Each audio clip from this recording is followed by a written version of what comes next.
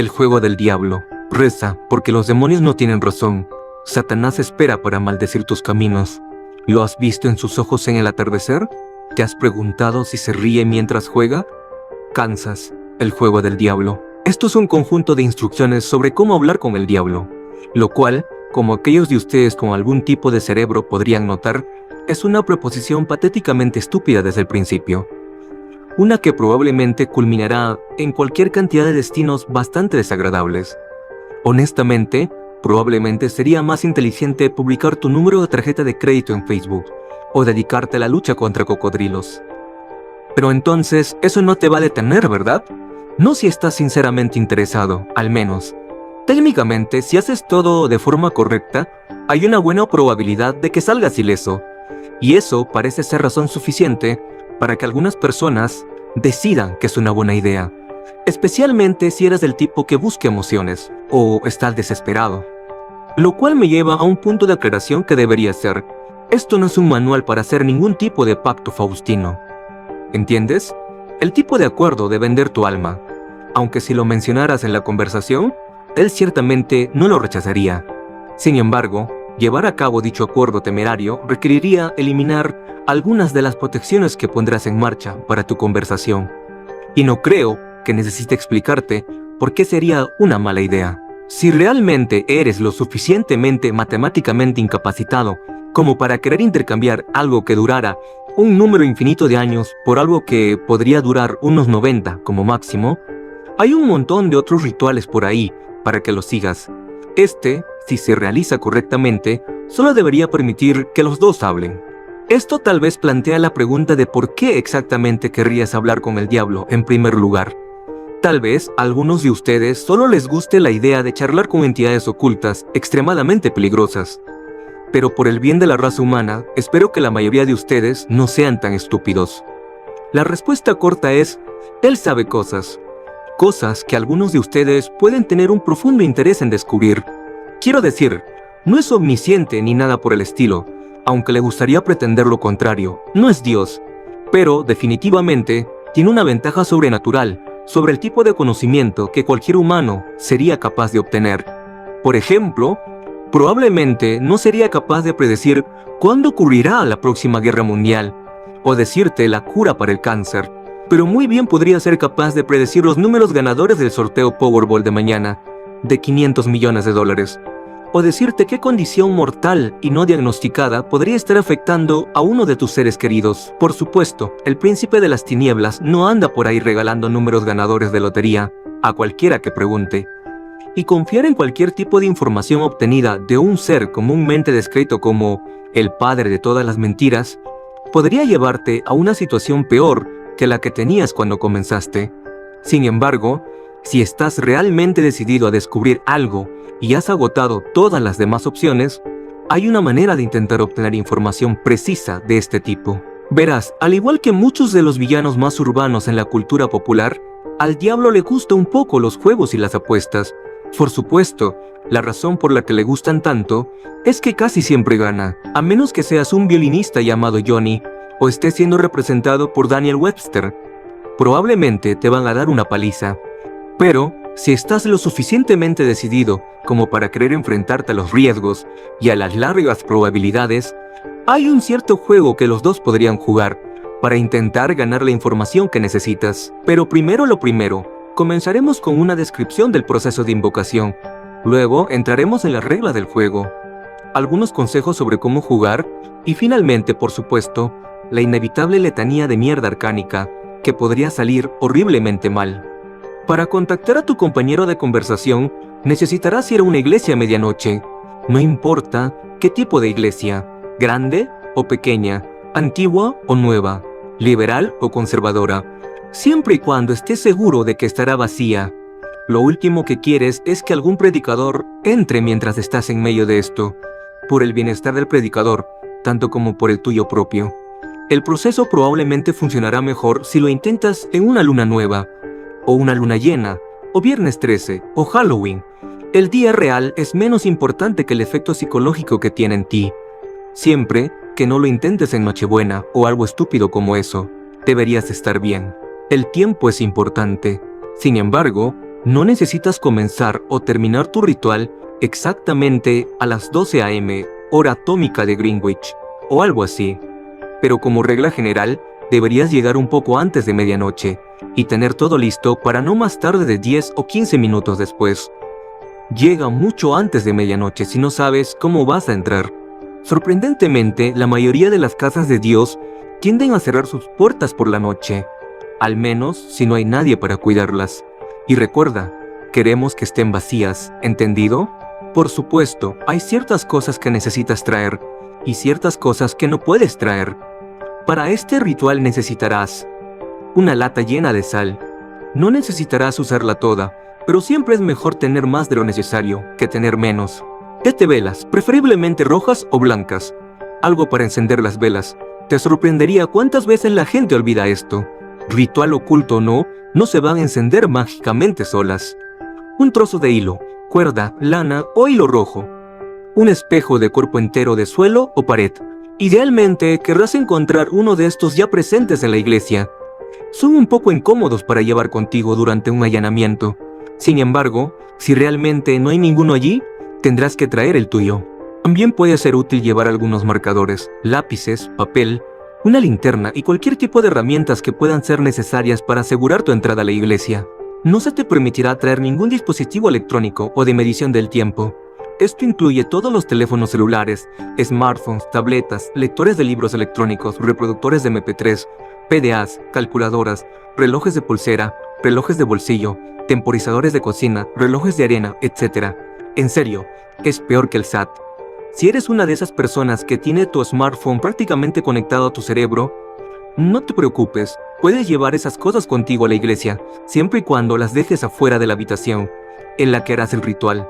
Si trajiste una linterna útil para encontrar tu camino sin traer atención no deseada, déjala fuera también. Además, no traigas ningún tipo de parafernalia religiosa para protegerte, especialmente si se relaciona con religiones abrámicas. Y sí, si esos aretes góticos negros en forma de cruz que estás usando cuelgan hacia arriba, cuentan. Si tienes algún tipo de símbolos sagrados como esos contigo, el diablo simplemente se negará a aparecer. No te preocupes, no estás yendo totalmente desprotegido. De hecho, la mayoría de los suministros contigo no son para ningún tipo de ritual de invocación del diablo, sino para tu propia protección. Viejas supersticiones y remedios de magia popular para protegerse del mal. Por lo que sé, el efecto se basa precisamente en el poder de la creencia. Así que probablemente haya numerosos otros objetos, artefactos y procedimientos que funcionarían igual de bien. Si deseas arriesgarte a quedar indefenso a merced del diablo para probar esa teoría, siéntete libre de experimentar. Sin embargo, para cualquiera sin un deseo psicótico de muerte, recomendaría seguir el ritual de la siguiente manera. Una vez que estés seguro de tener todos los suministros correctos contigo, dirígete a la iglesia y encuentra algún lugar para instalarte. Puede ser desde el santuario principal donde se llevan a cabo los servicios, hasta un salón de clases de la escuela dominical, o un armario de suministros, siempre y cuando tengas una cantidad suficiente de espacio abierto en el piso, y estés seguro de no ser molestado. Coloca tu espejo primero, aquí es donde aparecerá el diablo cuando lo llames. Como tal, no debes completar la invocación hasta que hayas establecido ciertas protecciones a su alrededor. Primero, rodea el espejo con un círculo ininterrumpido de sal. Si el espejo está colgado en una pared o puerta, coloca un semicírculo alrededor de él en su lugar, asegurándote de que la sal toque la pared en ambos extremos. Luego, envuelve tu hilo rojo alrededor del espejo varias veces. El color rojo, especialmente el hilo rojo, es símbolo de protección en el folclore de muchas culturas y religiones. Por eso, también son una buena idea las velas rojas. Hablando de las velas, colócalas alrededor del exterior de tu círculo o semicírculo de sal, espaciadas a intervalos relativamente regulares. No tienes que sacar una cinta métrica y hacerlo perfectamente, pero al menos intenta que parezca que fue configurado por alguien lo suficientemente mayor como para ser confiable con los fósforos. Enciende las velas en sentido horario, teniendo cuidado de no perturbar la sal. Si rompes el círculo, tendrás que empezar de nuevo. Una vez que todas las velas estén encendidas y ardiendo fuertemente, tus protecciones están completas. Ahora estás listo para proceder con la invocación real. Para hacerlo, primero debes llamar la atención del diablo y demostrar tu determinación, realizando algún tipo de acto sacrílego en el espacio sagrado. Girar un crucifijo o cruz al revés es bastante convencional, pero no es la única opción. Por ejemplo, sé de un chico que una vez cumplió este requisito garabateando un grafiti molesto por toda una pintura de Jesús colgada en su salón de clases de la escuela dominical. Lo bueno de girar una cruz al revés es que una vez que hayas terminado tu encuentro, asumiendo que lo has sobrevivido en una sola pieza, puedes simplemente voltearla hacia arriba, nuevamente, y nadie se dará cuenta, evitando el riesgo relativamente menor, pero aún molesto, de que tu escuela dominical se convierta en una recreación de la Inquisición española durante el próximo mes y medio. Después de haber terminado de hacer lo que sea ofensivo que decidas, cierra todas las puertas de la habitación y apaga todas las luces, para que el espacio esté iluminado solo por las velas. Ponte frente al espejo y míralo profundamente, concentrándote en el resultado deseado. No hay encantamientos, ni cadenas arcanas de latín que tengas que recitar. Solo mira en el espejo y desea con todas tus fuerzas que el diablo aparezca allí. Después de unos momentos de esto, cuando te sientas listo, cierra los ojos y cuenta hasta 10. Luego, ábrelos. Y todo ha salido correctamente, ya no verás tu propia reflexión. Estarás mirando al diablo, o al menos, mirando la forma en que el diablo ha elegido aparecer ante ti. Lo más probable es que no se parezca al demonio rojo convencional, con cuernos y piernas de cabra y un tridente, ni a ninguna otra aparición terrible.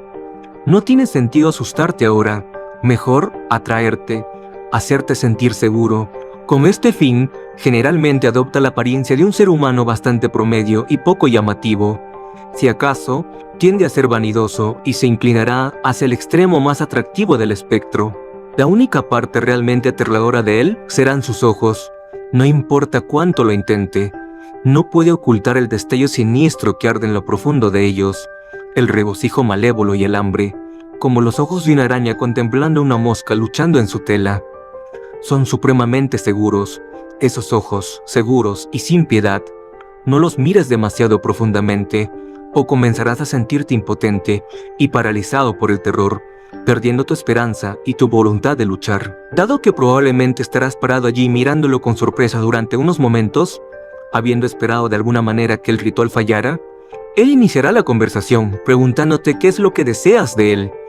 Si puedes reunir tus ideas lo suficiente como para articular una oración coherente, deberías responder algo así como: deseo desafiarte en un juego de preguntas y respuestas. Incluso si no das exactamente las palabras correctas, él entenderá lo que quieres decir y aceptará tu solicitud con una amplia y depredadora sonrisa de anticipación.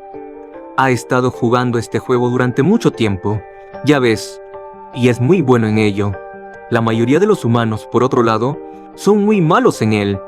Esto le da la oportunidad de, como mínimo, trastornar profundamente tu mente, y como máximo, bueno, dejaremos eso para la letanía de mierda que podría salir mal. Tendrías que jugarlo de manera muy inteligente para evitar justificar sus expectativas. Las reglas generales del juego son muy simples, con algunas advertencias que pueden complicar las cosas. Él comenzará haciéndote una pregunta. Siempre inicia él el juego. Puede ser desde un dato oscuro hasta un acertijo, hasta una pregunta extremadamente personal. No te preocupes, no serás arrojado inmediatamente al infierno si respondes incorrectamente o algo así. De hecho, ni siquiera te dirá si obtuviste la respuesta correcta o incorrecta. Después de que hayas respondido su pregunta, puedes hacer una pregunta a cambio. Ahora, aquí es donde entran las consecuencias de tu respuesta. Si respondiste correctamente su última pregunta, él responderá tu pregunta tan honesta y precisamente como pueda. Sin embargo, si respondiste incorrectamente, él es libre de mentirte como él considere adecuado. Quizás, si le has preguntado algo que sería mejor no saber, te dirá la verdad de todos modos, mas probablemente te dará la mentira más insidiosa y dañina que se le ocurra. De cualquier manera, después de que él haya respondido, te hará otra pregunta, y el proceso se repetirá una y otra vez hasta que decidas rendirte. Ahora, es posible que estés sentado ahí pensando que suena bastante fácil obtener la información que necesitas. Todo lo que tienes que hacer es esperar una pregunta que puedas responder correctamente, y luego aprovechar esa oportunidad para preguntarle lo que realmente quieres saber, ignorando todo lo demás que haya dicho. Bueno, no es tan simple. El diablo nunca te hará una pregunta fácil. una de las que puedas estar completamente seguro de la respuesta. En su lugar, puede hacerte preguntas sobre las que tengas algún conocimiento vago, que creas que posiblemente conoces la respuesta, pero no estás realmente seguro, forzándote así a dudar eternamente, obsesionándote sobre si puedes confiar o no en la información que él te dio a continuación. Quizás pensarás que lo que dijo fue una mentira. Desearás que fuera una mentira, pero serás eternamente consumido por la duda, incapaz de convencerte completamente de que estabas equivocado. O tal vez tengas que tomar una gran decisión basada en la información que él te dio, y seas atormentado por el miedo y la indecisión al darte cuenta de que tu destino, y tal vez el de otros también, depende eternamente de si fuiste capaz de recordar correctamente algún dato arcano que ni siquiera recuerdas ahora. Nunca recordarás las preguntas exactas que te hizo el diablo, por cierto. Eso haría que fuera demasiado fácil para ti volver y revisar tus respuestas. O tal vez, en lugar de poner a prueba tu conocimiento, te preguntará algo personal, algo sobre lo que incluso te mientes a ti mismo. Le responderás pensando que has respondido correctamente. No guardo rencor hacia mi hermana. Sí, entregaría el dinero a la policía, pero él lo sabrá mejor. Sabrá mejor que tú te estás mintiendo, y te mentirá a cambio, y le creerás. Le creerás hasta que ya no puedas engañarte a ti mismo, y para entonces podría ser demasiado tarde. O tal vez ni siquiera te dará la oportunidad de obtener una respuesta precisa en absoluto. Tal vez simplemente te hará preguntas interminables de cadenas completamente imposibles, haciéndote más y más frustrado y desalentado al darte cuenta de que nunca podrás obligarlo a decirte la verdad. Preguntas como: ¿cuál era la altura exacta del monte Everest en centímetros en el año 1666? ¿O cuál es la velocidad del aire de una golondrina no cargada? Aunque, conociendo su sentido del humor, si alguna vez hiciera esta última pregunta, podría considerar africana o europea como una respuesta correcta.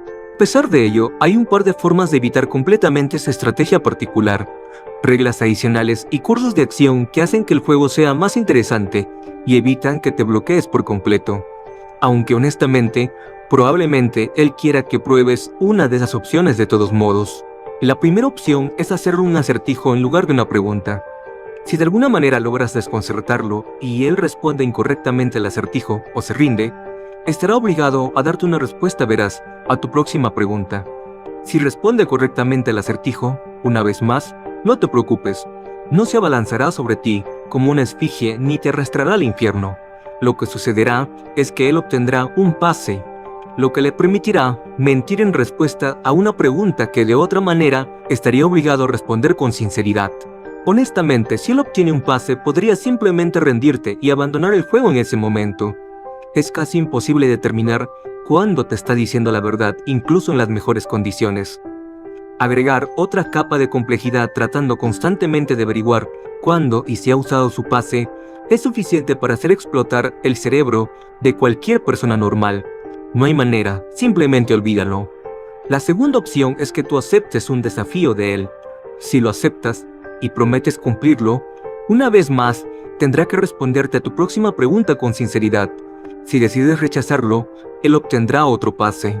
Ahora, antes de que te asustes y rechaces completamente esa idea, debes saber que él no te pedirá que hagas algo exageradamente dramático o indescriptiblemente malvado, como hacer estallar un hospital o asesinar a alguien. Como regla general, la mayoría de los desafíos no implicarán una pérdida directa de vidas, ni ningún delito mayor.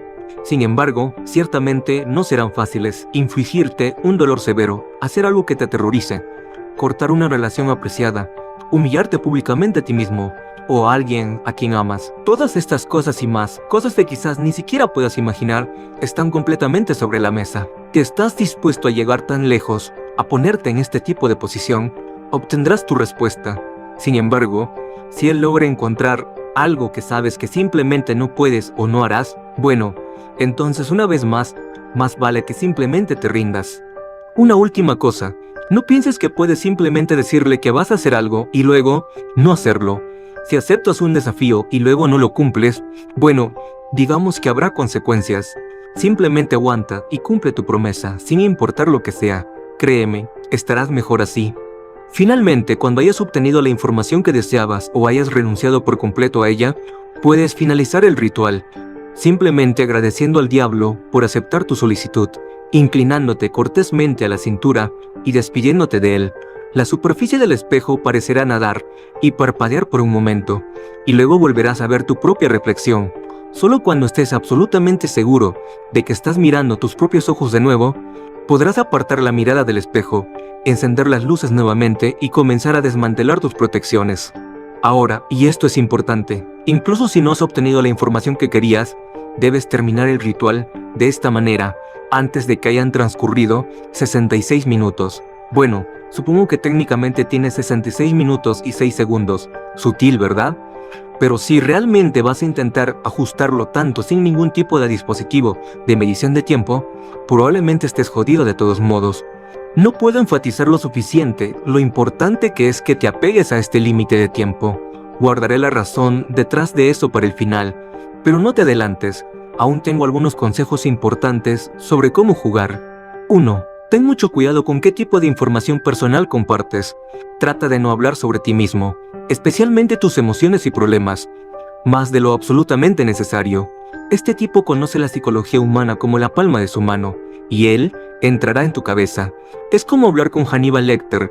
Dale suficiente para trabajar, y aunque no creas ni una sola palabra de lo que él dice, aún encontrará formas de jugártela como si fuera su negocio. Si algo que te pregunta te hace sentir remotamente incómodo, no dudes en mentir descaradamente. Habrá muchas otras preguntas. 2. En una nota similar, intenta mantener el juego en marcha y avanzar rápidamente. Las interacciones no estructuradas de cualquier tipo deben evitarse. Es probable que en algún momento intente llevarte por un camino diferente, discutir algo que te fascina, analizar una respuesta que le has dado, o encontrar alguna otra excusa para hablar extensamente sin avanzar en el juego. Esto no solo es una pérdida de tiempo valioso, sino también otra excelente oportunidad para jugar contigo mentalmente. 3. Si eliges darle un acertijo, usa uno que hayas inventado tú mismo. Si tu acertijo ha sido escrito en algún lugar, desde las páginas del Hobbit hasta algún antiguo tomo de magia perdido, él ya sabrá la respuesta. Dicho esto, todavía tiene que ser un acertijo legítimo, con una respuesta que tenga sentido lógico desde algún ángulo.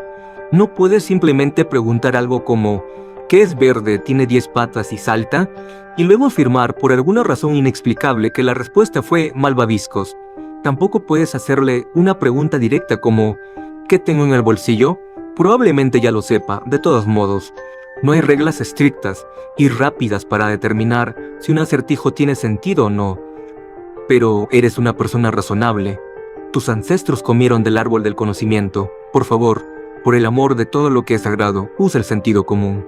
4. Si optas por aceptar un desafío, existe una pequeña posibilidad de que el diablo te pida hacer algo aparentemente fácil. Entregar una carta, por ejemplo, o garabatear un número de 10 dígitos en un baño público.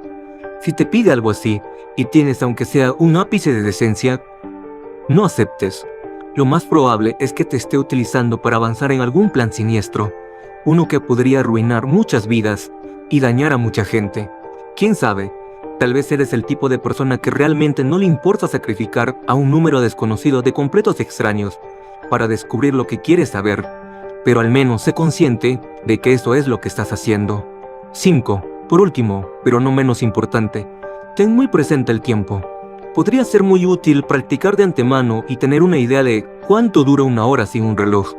El diablo probablemente postergará discutir las cosas que más deseas saber, todo lo que pueda, y a medida que te acerques al plazo de los 66 minutos, intentará con más ahínco distraerte, cautivarte y de cualquier otra manera mantenerte jugando hasta que sea demasiado tarde.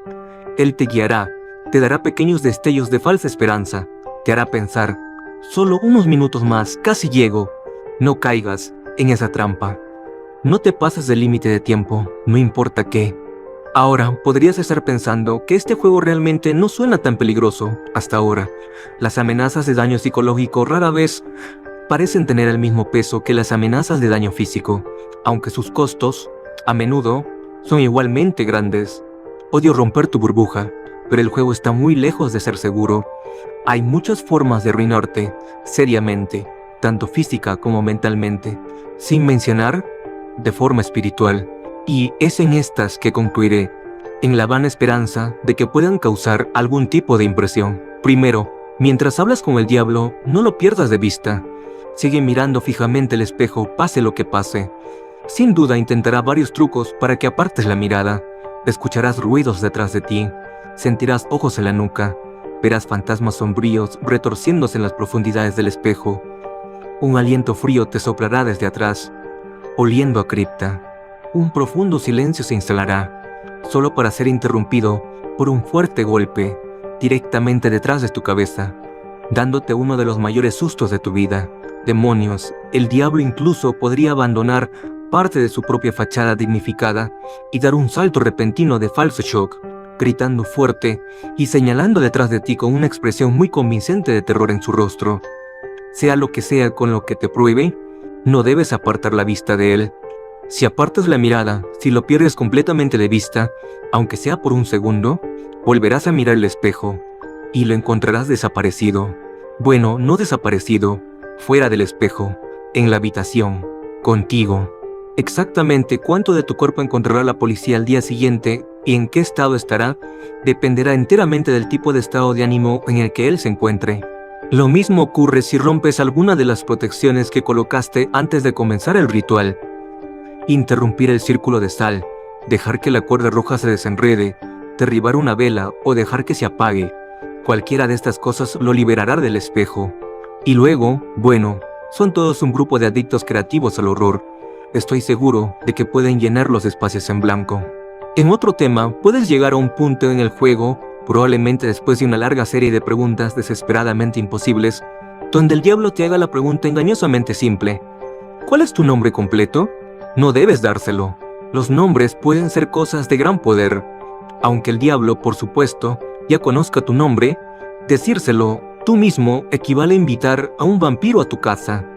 Tu nombre está profundamente relacionado con tu propio ser interno. Por lo tanto, darle tu nombre es simbólicamente poderoso de darle tu ser. Si eres lo suficientemente tonto como para cometer este error, todas tus protecciones serán en vano, y él aprovechará tu oferta inadvertida como alegría maliciosa, arrebatándote tu alma y arrastrándola de vuelta con él al infierno. Al menos de esta manera la policía encontrará un cuerpo completo e identificable. De hecho, tu envoltura vacía estará totalmente intacta, aparentemente habiendo muerto de puro terror. Por último, pero ciertamente no menos importante, está el asunto de qué sucede si sobrepasas el límite de tiempo. Esto es probablemente lo peor que puedes hacer. No lo pensarás así al principio. El diablo no te dará ninguna indicación de que, de hecho, has excedido el límite de tiempo, y concluirás el ritual como si nada hubiera salido mal. Tal vez, mientras la imagen del diablo en el espejo tiemble y ceda, veas una sonrisa particularmente desagradable y triunfante cruzar su rostro, pero esto se descartará fácilmente como tu imaginación. Encenderás las luces de nuevo, recogerás tus cosas y te prepararás para salir de la habitación, pero cuando abras la puerta verás nada. Así es, nada. Solo un vacío blanco y plano que se extiende infinitamente en todas las direcciones. Solo existirá la habitación que se reflejaba en el espejo. Por cierto, si te das la vuelta para enfrentarte de nuevo al espejo, quizás alcances a ver un último destello de tu propio reflejo. Tal vez incluso se gire y te dedique una sonrisa y un saludo travieso antes de salir por la puerta hacia el pasillo de la iglesia perfectamente normal afuera. Como probablemente ya habrás deducido, tú ya no estás en la iglesia. Tu alma está ahora atrapada en el espejo y el diablo ha tomado la libertad de poseer tu cuerpo, ahora que ya no lo estás usando. Golpea el cristal y grita todo lo que quieras, nunca podrás salir por tu cuenta y ningún exorcista podrá ayudarte. Pero no te preocupes, no es como si estuvieras en el infierno, ¿verdad? Al menos, no necesariamente. Lo que debes entender y tener claro es que un alma humana despojada de su carne es algo profundamente volátil y vulnerable, especialmente cuando está atrapada en la tierra de los vivos. Ahora, eres una entidad de propiedades puramente mentales, y como tal, las barreras entre lo que es real para ti y lo que es imaginario se han disuelto por completo. A medida que llenes esa habitación reflejada con tu ira, tu tristeza, tu miedo de estar atrapado, estas emociones comenzarán a fusionarse, siendo formados por tu mente. Si no eres particularmente imaginativo, estas criaturas pueden no ser tan terribles. Es posible que no puedan infligir demasiado horror y dolor. Con el tiempo, incluso podrías enseñarte a ti mismo a deshacerte de ellas. Sin embargo, si tu mente está atormentada por monstruos, una mente que es vibrante, creativa e imaginativa, y más torcida de lo normal, bueno, no hay forma de saber qué horrores podrían salir de la vorágine, saboreando la dulce liberación de las confinaciones de tu subconsciente, deseando tu terror y sufrimiento. Se negarán a ser desterrados, arrastrándote, gritando y llorando a un bucle interminable de retroalimentación positiva de dolor y miedo. No hace falta decir que, si eres un asiduo visitante de sitios web como este, probablemente estés bastante jodido. Solo hay una forma de liberarte del espejo y del mundo que has creado dentro. Dicen que si llamas al diablo una vez más y le pides que te libere del espejo, estará dispuesto a sacarte. Pero por supuesto, por la tarifa habitual. ¿Quién sabe? Tal vez si tu imaginación es lo suficientemente retorcida y poderosa como para crear un infierno personal que te deje suplicando por el verdadero, esos talentos podrían ser útiles. Hay más de 7.000 millones de personas en el mundo, después de todo. Incluso el diablo mismo no puede estar jugando con todas sus mentes al mismo tiempo. La ayuda talentosa siempre es apreciada. Por supuesto, la consecuencia de que estés atrapado dentro del espejo es que el diablo ahora puede hacer lo que quiera en tu cuerpo hasta el amanecer. A eso de esa hora, tu cuerpo caerá misericordiosamente muerto por el esfuerzo de la posesión. Probablemente, la autopsia identificará la causa como algún tipo de evento coronario, pero no te alivies demasiado. Él es perfectamente capaz de causar muchos problemas en esas pocas horas. Por ejemplo, puede decidir hacer algo grande y dramático, como comprar un gran hacha de carnicero y salir a una orgía de asesinatos, comenzando por los nombres en tu agenda y trabajando hacia extraños si tiene tiempo. O tal vez se centrará en una sola persona, alguien que confíe en ti completamente, usando tu persona para llevarlo o llevarla a un lugar a solas y vulnerable. Y luego, bueno, no hay necesidad de describirlo aquí. Una vez más, estoy seguro de que puedes pensar en algunas cosas. ¿Comienzas a ver por qué llamé a esto el peor resultado hasta ahora? Por supuesto, también hay una posibilidad de que no ponga un dedo sobre ninguno de tus seres queridos. En lugar de eso, decidirá hacer algo un poco más sutil, más insidioso, como dejar algunos paquetes sin marcar en ciertas puertas en la parte peligrosa de la ciudad, o encontrar un texto polvoriento y amarillento en el almacén de tu biblioteca local, y archivarlo intencionalmente en la sección de literatura juvenil, o susurrar 7 palabras muy elegidas en el oído de la pelirroja joven y distraída que espera el tren a las 3 de la mañana en el metro. O tal vez decida que, en esta era de superstición menguante, no hay suficiente gente interesada en sus juegos, y el conocimiento de ellos está en peligro de perderse. Tal vez decida que necesita dar a conocer un poco más la palabra, hacer un poco de networking, atraer a algunos nuevos retadores.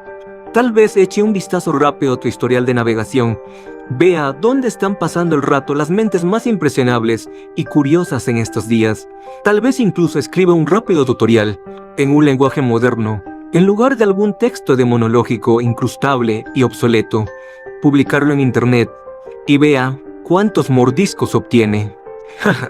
Tal vez realmente no debería haber ido allí, pero si has llegado hasta aquí sin retroceder, un pequeño giro al final no te va a echar para atrás, ¿verdad?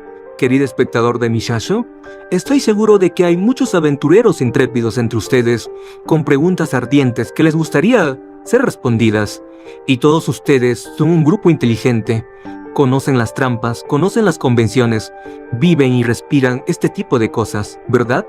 No hay forma de que caigan en alguna de las trampas obvias, ¿cierto? No eres algún don nadie por la calle. Después de todo, estarías trayendo un nuevo nivel de competencia. Lo harías.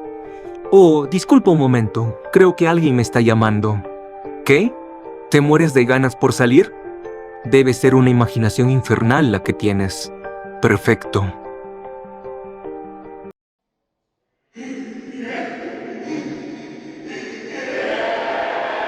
Dios no respondió a mis oraciones, pero algo más lo hizo. Rachel y yo éramos novios de secundaria. Nos conocimos a través de amigos en común y conectamos al instante.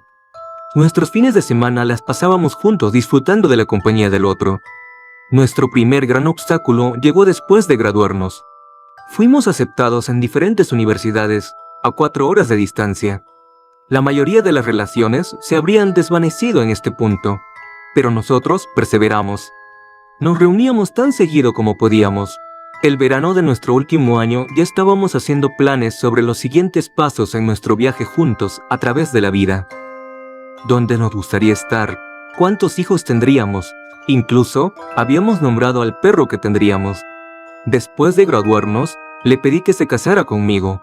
Éramos jóvenes y enamorados, y la vida iba según lo planeado.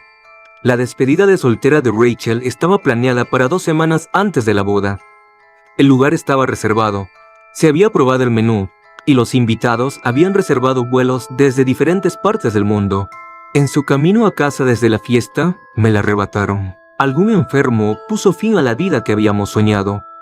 Lo que le hizo fue inconcebible. Fui el primero en llegar a la escena. Las luces azules intermitentes enviaron oleadas de terror por mi cuerpo. Ya sabía que lo inevitable me esperaba al llegar ahí. Aún así, eso no me preparó para ver a la mujer que amaba, desfigurada de manera tan vil. Las lágrimas inundaron mi visión. No podía mirarla, pero la policía necesitaba que confirmara su identidad. Entre las lágrimas y vómitos, logré decirles lo suficiente para que llevaran su cuerpo a la morgue. Caí de rodillas, perdiéndome en la locura. La autopsia fue extensa, pero no encontraron ninguna coincidencia de ADN. Las cámaras en la zona no mostraron ninguna imagen clara de su agresor. El funeral fue un borrón. Las personas que deberían haber estado celebrando nuestro matrimonio ahora estaban formadas para darme la mano y pronunciar las temidas palabras. Siento mucho tu pérdida. Pasé los siguientes 3 años simplemente existiendo, un fantasma de hombre, pasando por los movimientos que se esperaban de mí. Pasaba mis días en el trabajo, participando en conversaciones de la oficina, pero sin absorber ninguna información. Las discusiones sobre el nuevo programa de televisión o el último escándalo en mi línea no significaban nada para mí. La existencia era insignificante. El miedo a enfrentar esta vida solo era paralizante. Pasaba la mayoría de las noches en posición fetal, esperando un alivio. Los siguientes años los pasé tratando de rastrear al asesino de Rachel. Estaba seguro de que la policía nunca intentó encontrarlo. Mis creencias fueron alimentadas por horas navegando por internet, llenando mi mente con historias de conspiraciones, foros de personas que creían que el mundo era dirigido por lagartos y que nuestras vidas no eran lo que nos hacían creer. Me involucré con algunas personas peligrosas, aquellas que propagaban el caos a través de la propaganda e influenciaban a aquellos cuyas mentes eran maleables. Atrapé a mi primer objetivo en un estacionamiento subterráneo. Presioné un cuchillo contra su garganta y exigí una confesión. Confirmé que fue liberado de la cárcel una semana antes del asesinato de Rachel. Había sido condenado por agresión sexual y lesiones. Llevaba un pasamontañas negro y cubría mi rostro con mi capucha. Lo vi salir de su auto y dirigirse hacia las escaleras de su edificio de apartamentos. Las luces estaban tenues mientras me movía a lo largo de las sombras, fuera de la vista detrás del costado de una camioneta grande. Cuando se acercó a mi posición, me lancé hacia él, presionándolo contra la pared, sus ojos llenos de miedo mientras la hoja dejaba escapar un rastro de sangre. Después de interrogarlo implacablemente, sin obtener respuestas, lo golpeé fuertemente en la mandíbula con el mango del cuchillo. Lo dejé hecho un montón en el suelo, con los pantalones mojados de orina por el miedo a su vida. Continué esta rutina en varias ocasiones más, cada vez más intensa que la anterior. Finalmente recuperé el juicio después de mi encuentro con mi sexta víctima, de mi mente trastornada. Un joven desaliñado de unos 20 y tantos años, con el comienzo de una sombra en su barbilla. Había llegado a romper algunos dedos cuando mis preguntas no obtenían las respuestas que había imaginado. Esta vez había llegado demasiado lejos. Lo dejé en un charco de su propia sangre, roto y magullado. Pasé las siguientes noches rezando por perdón. La vida puede sentirse como una tarea sin sentido, pero aún tenía la esperanza de salvación al final del camino. Las oraciones por perdón se convirtieron en oraciones por fuerza, oraciones por devolver algo de alegría a mi vida. Recé por un milagro, para sentir nuevamente amor por la tierra de los vivos, para sanar las heridas que había sufrido mi alma. Continué en esta línea durante semanas, pidiendo una intervención divina para darme otra oportunidad en la vida con Rachel. Mis oraciones quedaron sin respuesta. El sentimiento de pérdida comenzó a consumirme una vez más. Sin sentir remordimiento ni bondad por los poderes supremos del universo, caí en un lugar oscuro. Mis conexiones en línea me dirigieron hacia métodos más ocultos.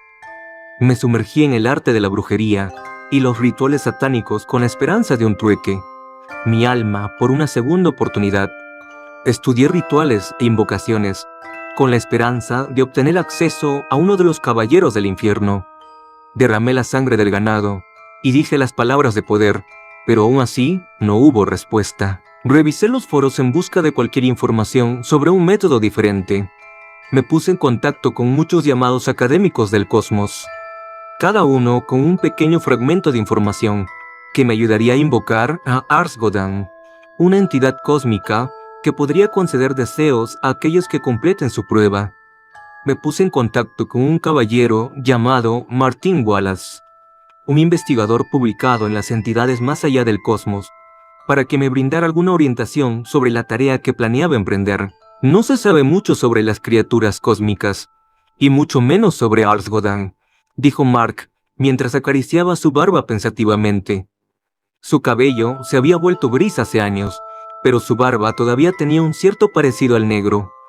Debo enfatizar el hecho de que no se debe intentar hacer contacto con ellos a la ligera. Traerlos a nuestro mundo puede ser perjudicial para ti. Hay cosas peores en la vida que la muerte. Sufriría una eternidad de dolor por un solo momento más con ella, dije con el rostro impasible. No dudo de tu determinación, Connor, ni de tus motivos, pero no creo que puedas comprender lo que estás tratando de lograr aquí. Para aquellos de nosotros que investigamos más a fondo estas entidades, debemos aceptar el hecho de que son omniversales, que hay otras realidades como la nuestra en las que residen, un fragmento de su presencia en cada una de ellas, que tenemos diferentes versiones de nosotros mismos en otras líneas de tiempo, viviendo en tangencia con nosotros. Su tormento hacia ti puede durar milenios, destrozándote hasta la esencia misma de tu ser, a través de dimensiones infinitas. Me miró fijamente, deseando que entendiera su razonamiento. Ya he comenzado este camino, dije, tratando de ocultar el temblor en mi voz. Solo estoy buscando algunos consejos sobre cómo asegurarme de tener una oportunidad para ganar su favor. Mi propio Dios me ha abandonado, y el diablo es demasiado cruel para ayudar. Lo que deseas buscar hará que cualquier trato con el diablo parezca juego de niños. El ritual de invocación fue largo y arduo.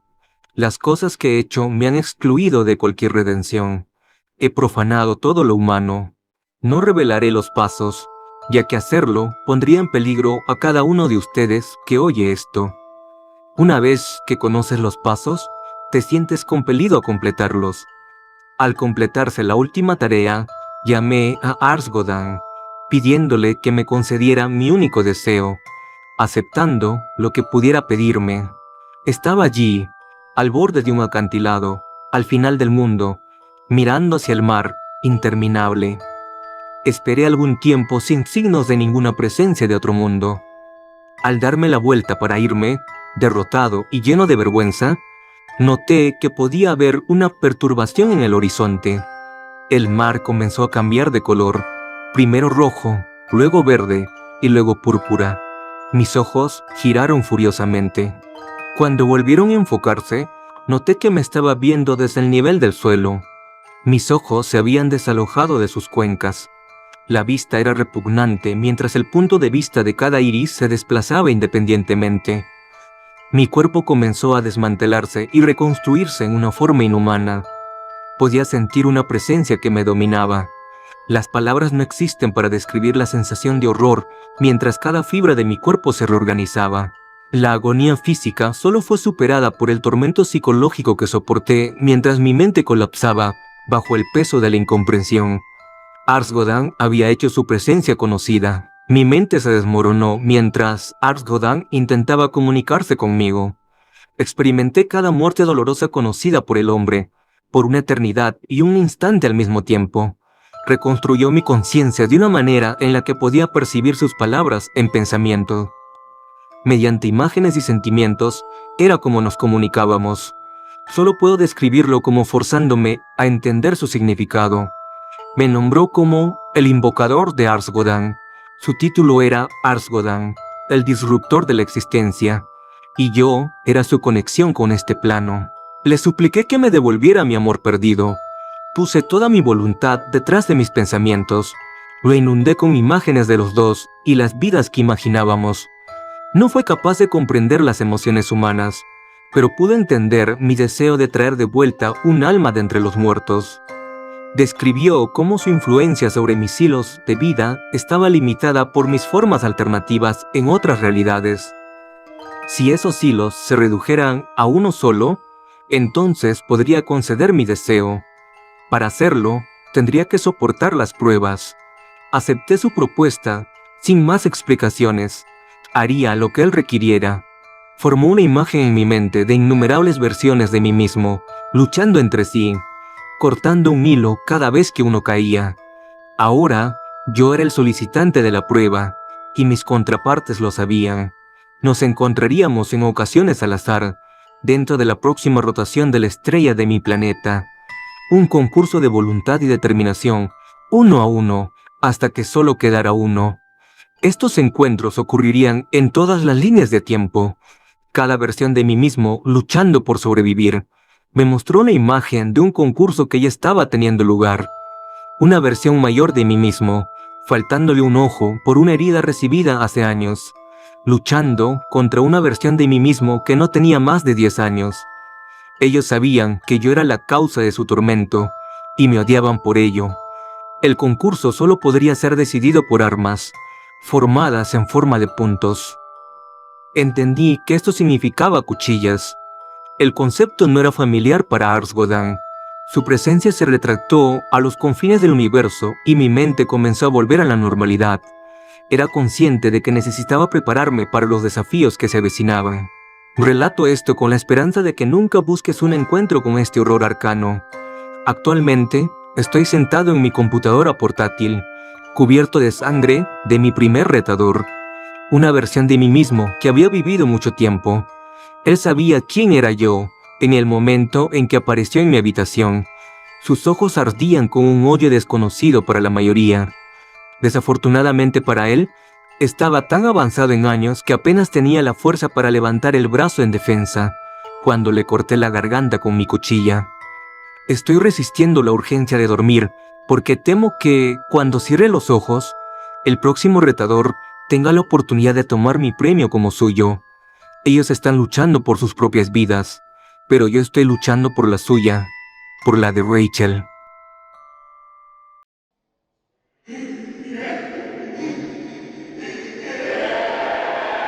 Las fauces del diablo. Supongo que cuando digo Noroi Gakkotsu, la mayoría de ustedes pensaría que estoy hablando de alguna exquisitez exótica, o tal vez de algún centro turístico en el lejano oriente. Estarían completamente equivocados. Un Noroi Gakkotsu es un objeto muy desagradable que ha sido parte del folclore japonés durante siglos, quizás incluso milenios. Por favor, sigan escuchando. Sé que el folclore, especialmente el folclore de una cultura completamente extranjera, aburre a muchas personas hasta el cansancio. Les aseguro que a mí tampoco me gusta mucho. Pero por favor, créanme cuando les digo que es esencial que escuchen esto y entiendan qué son los Noroi Gakkotsu y cómo funcionan. Lo mejor que se puede traducir Noroi Gakkotsu significa mandíbulas del diablo en inglés. Según la tradición japonesa, un Noroi Gakkotsu está hecho de 2 tablillas delgadas de madera, una sobre la otra, que están unidas en un lado con una tira de cuero o un trozo de cuerda, de modo que las tablillas pueden abrirse y cerrarse, como un libro, o como un juego de mandíbulas. Luego, se escribe un cierto hechizo sobre las tablillas para darle al objeto sus poderes oscuros. Básicamente, siempre y cuando supieran las palabras mágicas, cualquiera podría ser uno, con objetos de uso doméstico. Los Noroi Gakkotsu se usaban para hacer un trato con algo que llamaban Kofuko Oni Kon, que me han dicho significa el que paga su comida con buena suerte. Pero no se deje engañar. Aunque el nombre pueda sonar benevolente, Kofuku Onikon era considerado una criatura cruel y malvada, y era temido en gran medida. Se creía que tenía influencia sobre las fuerzas de la suerte, y una persona podía pedirle que convirtiera un fracaso casi seguro en su futuro en una gloriosa victoria, escribiendo lo que querían en un pedazo de papel de arroz y colocándolo dentro de un Noroi Gakotsu. Pero también había una trampa. Kofuku Onikon solo honraría la solicitud si nombrabas tu pago por sus servicios en la parte superior del mensaje, y el único pago que aceptaría era la vida de alguien a quien quisieras mucho. Tenía que ser alguien a quien realmente quisieras, aunque no necesariamente un miembro de la familia. También podía ser un amigo cercano. Si nombrabas a alguien a quien no te importara, o incluso a alguien que realmente quisieras que muriera, de alguna manera Kofuku Onikon lo sabría y el deseo no se cumpliría. Pero si el Kofuku Onikon aprobaba el pago nominado, entonces la persona que había hecho el deseo sería bendecida con la mejor suerte posible en cualquier asunto por el que le hubieran pedido al Kofuku Onikon que los ayudara. Después de eso, la víctima nominada desaparecería misteriosamente, casi sin dejar rastro. Lo peor de la historia es que después de haber reclamado su precio, el Kofuku Onikon dejaría un recuerdo fuera de la puerta principal de la persona que hizo el deseo. A veces eran las ropas ensangrentadas de la víctima u otro objeto personal, pero más a menudo que no, era parte de los restos de la víctima. Algunas personas creen que lo hacía para traumatizar a la persona que había hecho el deseo, para recordarles el terrible destino que habían impuesto a su ser querido.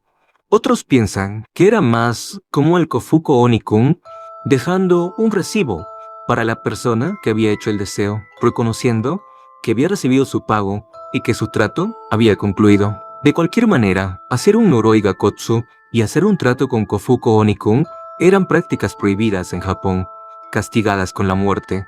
Así que una vez que se hacía el trato, la persona que había cometido el crimen normalmente destruía toda la evidencia, el Noroi Gakotsu y cualquier rastro de la víctima que hubiera quedado en su puerta.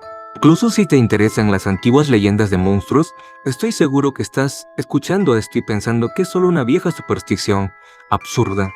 Bueno, hace unos días, demonios, probablemente incluso hace unas horas, habría estado de acuerdo contigo, pero ya no.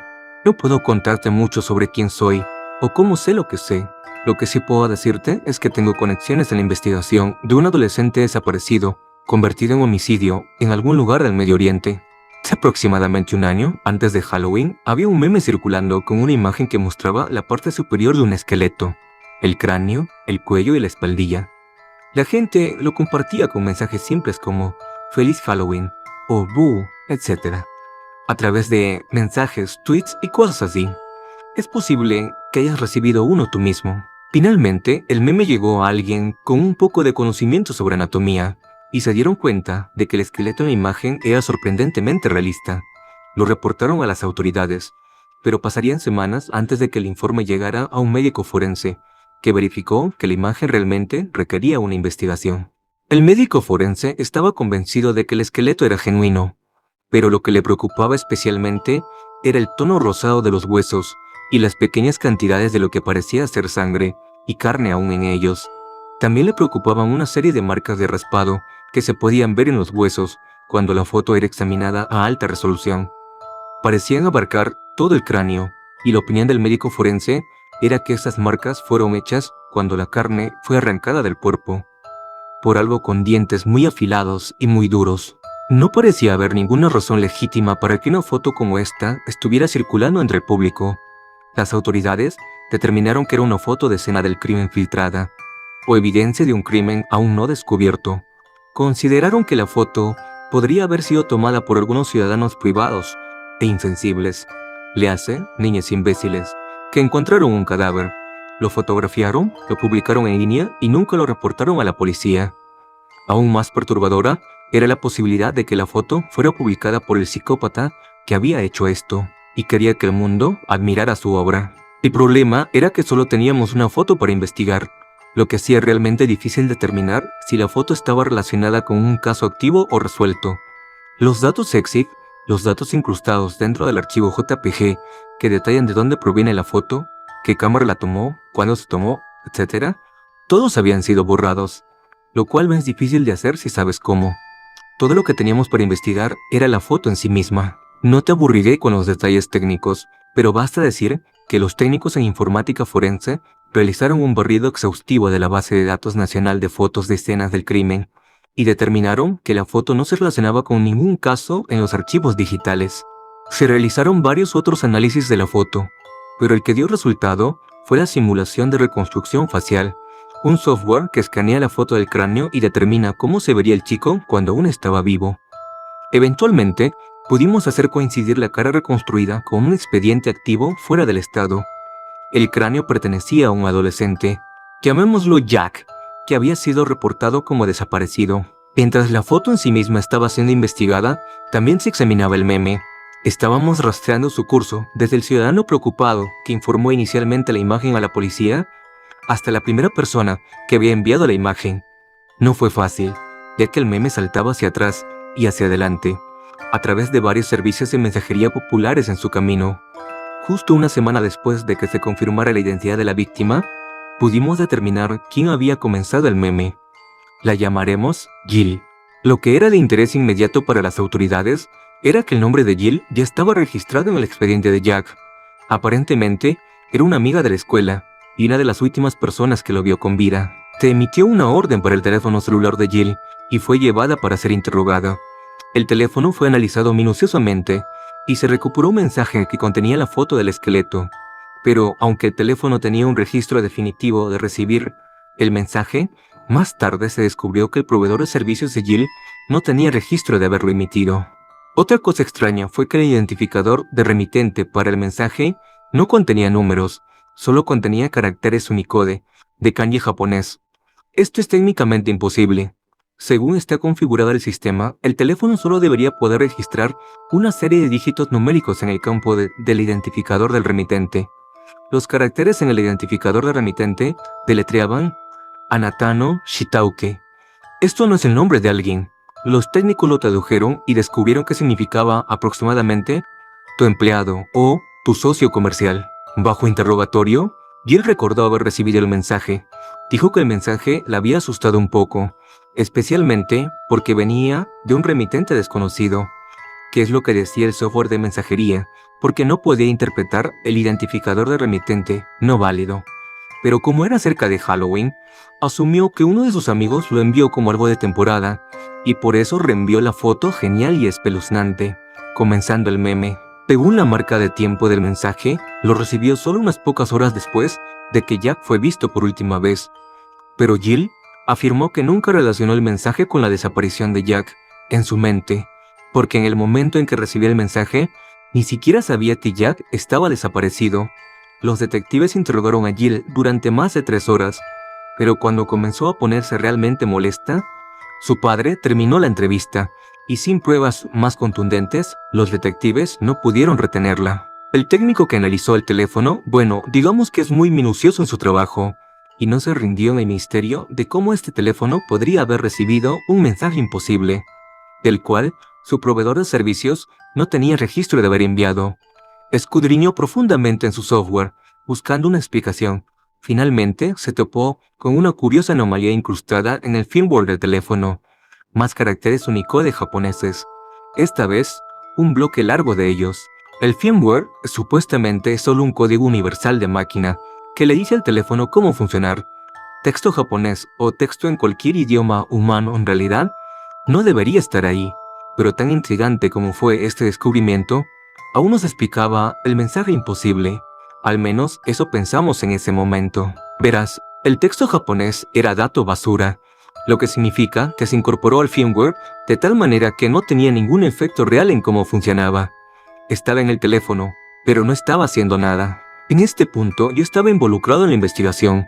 Cuando me enteré del texto japonés en el firmware, me dio curiosidad, así que lo pasé por Google Translate. Sin embargo, no se tradujo bien. Un cuarto de las palabras ni siquiera fueron reconocidas y las que lo fueron no tenían sentido juntas.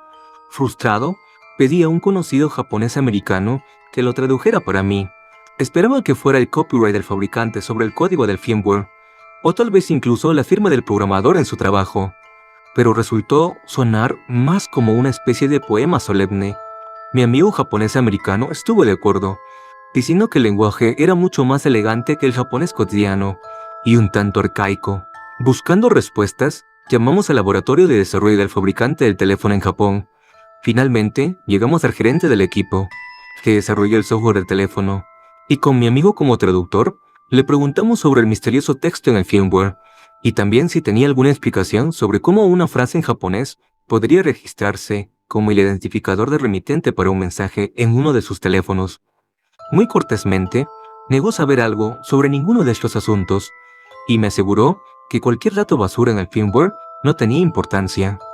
Aún queriendo respuestas al menos a uno de los misterios, llamé a un profesor de literatura japonesa de la Universidad de Tokio para ver si reconocía el verso en el firmware. Antes de que mi colega pudiera terminar de recitar el verso, el profesor lo interrumpió. Lo reconoció, eso sí. A pesar de la barrera del idioma entre nosotros, pude escuchar la incomodidad en la voz del hombre, mientras explicaba que el verso era el conjuro escrito sobre el Noroi Gakotsu, para darle sus poderes oscuros. Fue en este momento que mi colega me explicó la leyenda del Noroi Gakotsu, de su cultura. Conocía bien la historia, simplemente nunca había escuchado el conjuro utilizado para crear uno, hasta ahora. Si bien todo esto fue bastante educativo, realmente no nos llevó a ningún lado en términos de la investigación, pero seguí pensando en el problema del mensaje, y eventualmente tuve este pensamiento loco. El hecho de que Jill hubiera recibido una foto de los restos de Jack era extrañamente similar a la parte de la leyenda del Noroi Gakotsu, donde el monstruo dejaría alguna prueba de la muerte de su víctima. Supongo que solo fue por diversión. Hojeé el resto de las hojas del caso para ver si había alguna otra similitud entre el asesinato y la leyenda japonesa. Casi desearía no haberlo hecho. Cuando leí la declaración original de Jill como testigo, tomada cuando la policía solo estaba investigando la desaparición de Jack como un caso de persona desaparecida, ella comentó que recordaba claramente el último día que lo vio, porque fue el mismo día en que su profesor de historia le devolvió una prueba que había aprobado sorprendentemente, a pesar de que pensaba que seguramente la reprobaría. Mi estómago se hundió cuando leí esa declaración, porque estaba bastante familiarizado con el contenido del teléfono de Jill, y recordaba haber leído sobre este examen de historia antes. Unos 3 días antes de la desaparición de Jack, Jill había escrito un mensaje de texto en su teléfono. Necesito aprobar este examen de historia. El nombre de Jack estaba marcado en la parte superior del mensaje, como el destinario previsto. Las similitudes entre las viejas historias que había estado escuchando y el asesinato de repente se volvieron claras como el día. Jill tenía un teléfono que por alguna razón contenía un antiguo hechizo japonés usado para invocar a un monstruo. Escribió lo que podría interpretarse como una demanda de una buena calificación en historia en el teléfono, con el nombre de su amigo cercano en el mensaje, y justo como en las historias, Jill aprobó su examen. Jack desapareció sin dejar rastro, y Jill recibió un macabro recuerdo de su muerte. Si me hubiera señalado esto en ese momento, me habría reído y habría dicho, sí, es una extraña coincidencia, ¿verdad? Quería creer que eso era todo lo que era, realmente lo quería. Pero en lo más profundo, en esa parte escondida de Tomás el Incrédulo, que todos tenemos y que no confía completamente en que la racionalidad moderna sea nuestra salvación, estaba asustado. Luego, hace unos días, que fue aproximadamente una semana después de que llamé al fabricante del teléfono, recibí un paquete por correo.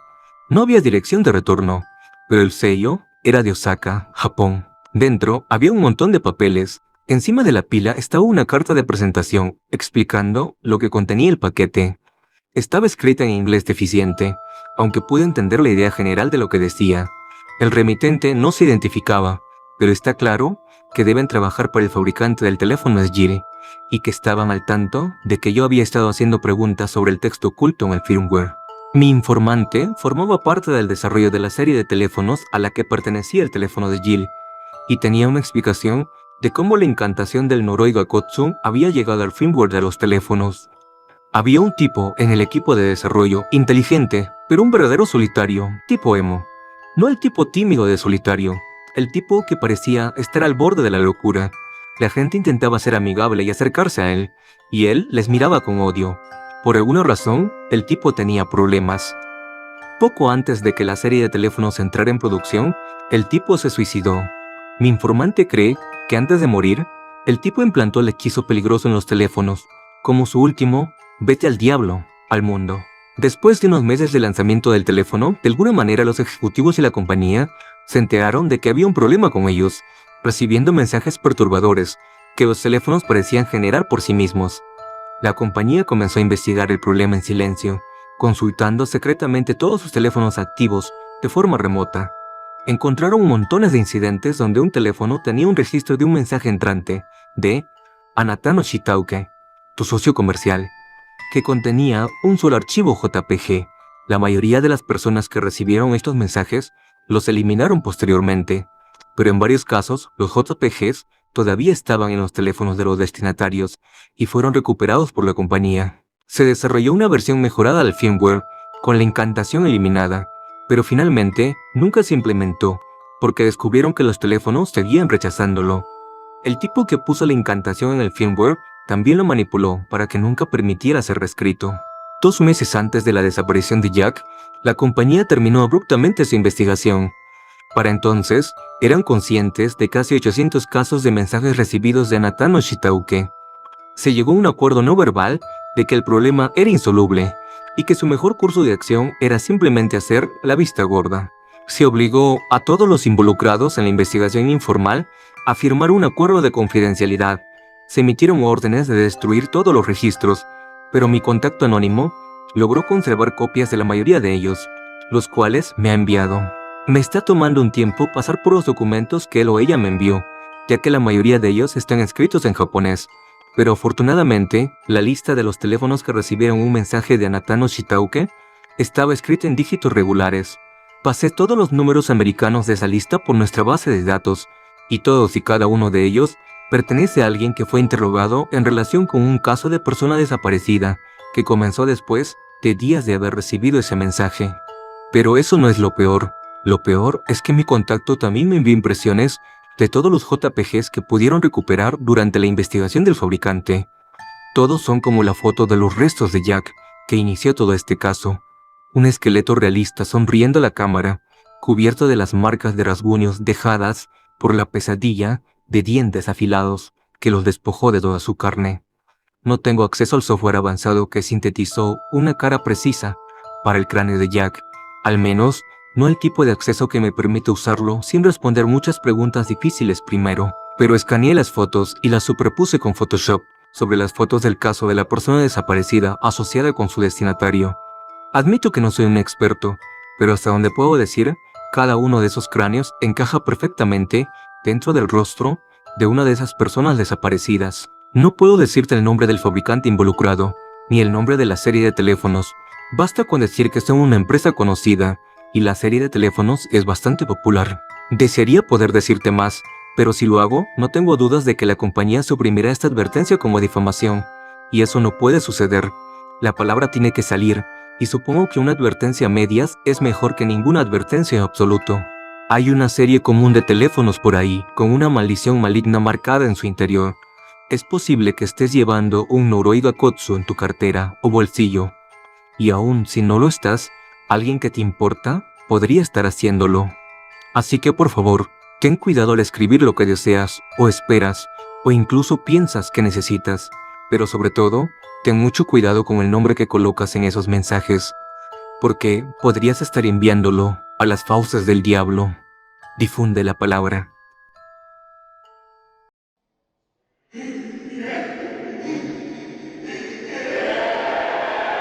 Tres toques. Era medianoche y Sam Kessler intentaba creer que estaba solo.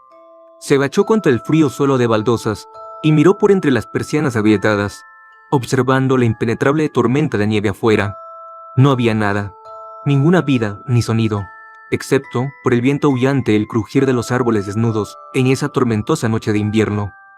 Sam había dejado de escuchar los sonidos de las sirenas de la policía hace horas. La ráfaga de nieve, que lo había recibido al llegar a Massachusetts, ya había comenzado a convertirse en una ventisca cuando se apartó del camino de la grava de la montaña, en el helado crepúsculo violeta de la tarde. Pasarían horas antes de que alguien pudiera volver a transitar esas carreteras. Pensó que no iría a prisión esta noche, pero este consuelo era frío. Sabía que realmente no había escapado, no estaba seguro, y ciertamente no estaba solo en este vergonzoso refugio. Era un motel en ruinas, perdido en los caminos secundarios del oeste de Massachusetts, y Sam Kessler estaba atrapado allí. Había pasado los días más felices de su vida a solo millas de distancia con su familia, en días de verano lejanos. Le había propuesto matrimonio a su esposa junto al lago, en el que parecía un siglo diferente. Estaba atrapado por la nieve y solo, pero los recuerdos le brindaban un consuelo efímero. Sin embargo, su realidad presente no podía ser ocultada por el pasado, y las reminiscencias de Sam se interrumpieron cuando sonó el sonido que temía a través de la celda de una habitación. 3 golpes llegaron a la puerta del motel. Cuando miró desde su escondite debajo de la ventana, Sam Kessler no vio más que una gruesa manta de nieve en el umbral. No había alma viva allí afuera, pero aún así se quedó inmóvil, con los ojos fijos en el frío oscuro. Pasó un minuto sin nada más que el zumbido de las luces fluorescentes y el latido de su corazón para romper el silencio. Y luego, los golpes vinieron de nuevo, y de nuevo. El hombre no se movió. Otro minuto pasó, y luego el sonido llegó de nuevo, 3 golpes en la puerta, y otra vez hubo silencio. Sam se permitió respirar. Se había ido, al menos por ahora. Conocía los patrones de su perseguidor de memoria. 3 golpes, luego 3, otra vez, y otra vez. Y luego, silencio por un rato. Se había ido, y cuando se dio cuenta de esto, un alivio inundó sus rígidos miembros. Sam miró hacia abajo, al suelo sucio, y se deslizó por la pared beige hasta un montón, hecho sobre el frío suelo de baldosas. No pasó mucho tiempo antes de que sus jadeos desesperados por aire se convirtieran en sollozos de autocompasión. Sam estaba atrapado en esta habitación, a millas de sus amigos o familiares, en un desolado motel, esperando a que la cosa al otro lado de esa puerta lo encontrara. No se merecía esto, pensó Sam para sí mismo. Sabía que era un buen hombre, un esposo amoroso y padre de un hijo maravilloso. Por el amor de Dios, era un pilar de la comunidad, dueño de un pequeño negocio y pastor de su iglesia local. ¿Cómo podía alguien creer que había hecho cosas tan horribles? Con brazos temblorosos y rodillas tambaleantes, Sam se levantó y trató de ser racional. Mantuvo su espalda desafiante hacia la ventana y cruzó los brazos sobre el pecho en un gesto inútil de protección. La habitación era espartana, los muebles más básicos posibles apretados entre 4 paredes azules de bebé que se desvanecían y un techo de palomitas de maíz de color crema. A su derecha había un televisor roto sobre una mesita de noche y frente a él una incómoda cama individual en el centro de la habitación. Todo estaba iluminado por una sola luz fluorescente en el techo, y esto arrojaba un desesperado velo sobre los desafortunados alrededores que dejaba el ambiente poco propicio para la esperanza. Con la espalda aún vuelta decididamente hacia la pared y con más que un poco de temor, Sam cruzó lentamente hacia la cama. La cama estaba completamente intacta, sus sábanas estaban aún hechas y sus almohadas sin tocar. En las horas desde que se había encerrado en la lúgubre habitación, ni siquiera se había sentado. Apenas había tenido tiempo de arrojar su maleta sobre la cama antes de que los primeros golpes llegaran. Su equipaje se derramó sobre las sábanas blancas almidonadas. Solo había traído las cosas que pudo agarrar en los momentos antes de huir de su hogar. Esa mañana, vio pantalones caquis arrugados, un polo rosa y el cepillo de dientes de su esposa entre el montón. Era un surtido heterogéneo y recogido de la ropa sucia de su hogar, ahora lejano en Virginia, apenas lo suficientemente cálido para el frío mordaz de un invierno en Nueva Inglaterra. Ignoró todo eso. Tenía que mantenerse centrado, y cada pensamiento sobre su hogar desgarraba su determinación. Encontró lo que buscaba junto a una taza de café instantáneo vieja y rancia en la mesita de noche. Era el teléfono fijo de la habitación. Antes de que su voluntad lo abandonara, Sam rápidamente agarró el teléfono y marcó agresivamente 911. Tomó 2 timbres y la voz de una mujer respondió al teléfono. 911, ¿cuál es su emergencia? Era la primera voz humana que Sam había escuchado en toda la noche, y al oírla, se atragantó con sus palabras. La operadora repitió su pregunta, pero para entonces, Sam había reunido el último de su coraje. Su laringe oxidada emitió un sonido que era algo entre un gruñido y un intento de vomitar mientras comenzaba a hablar. Cuando finalmente el aire que forzó por su boca comenzó a parecerse nuevamente a palabras, habló rápido. Hola, mi nombre es Sam Kessler. Estoy en el Motel 13, Monview Road. Y yo... Se detuvo mientras buscaba las palabras adecuadas para decirle al despachador. La realidad de su situación comenzó a instalarse. Imágenes de la fría y gris mañana comenzaron a inundar su mente. El mechón de cabello amarillo que había despertado y encontrado en su puño. El rostro aterrorizado de su esposa, congelado y pálido. Sus anchos ojos verdes opacos y sin luz. Sam recordó la búsqueda, recordó la confusión, el miedo y la desesperación que luchaban dentro de él mientras trataba de descubrir qué había sucedido, y luego recordó la sangre en la puerta del baño. Trató de bloquear el pensamiento. Cerró los ojos y se quedó en silencio, pero parecía como si la vista se hubiera quemado, sin sus párpados. El cuerpo desnudo de su hijo, su único hermoso hijo, yacía, rojo, húmedo y frío en el suelo de baldosas blancas. Había sido desgarrado, mutilado hasta el punto de ser irreconocible. Su pequeña cabeza había sido aplastada en un desordenado montón de carne y huesos. Su rostro destrozado miraba sin ver hacia el techo, y sus dientes estaban esparcidos por todo su alrededor. Los ojos azules del niño, del mismo color azul anciano que los propios de Sam, habían sido empujados hacia su cráneo por dedos llenos de odio y ansia. Lo único que podía identificar este cuerpo como su amado hijo eran los mechones de cabello rubio que aún se aferraban a su cuero cabelludo desecado, el mismo cabello rubio que Sam había sujetado con manos ensangrentadas. En algún lugar, a un mundo de distancia, la operadora dijo algo en palabras que Sam Kessler no escucharía. Lo único en su mundo eran los recuerdos y el latido de la sangre en sus oídos.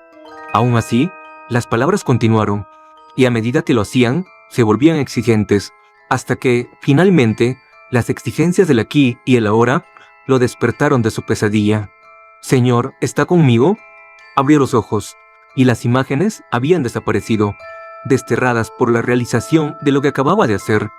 Les había dicho dónde estaba, y al darse cuenta de este hecho, Sam fue tomado por el pánico.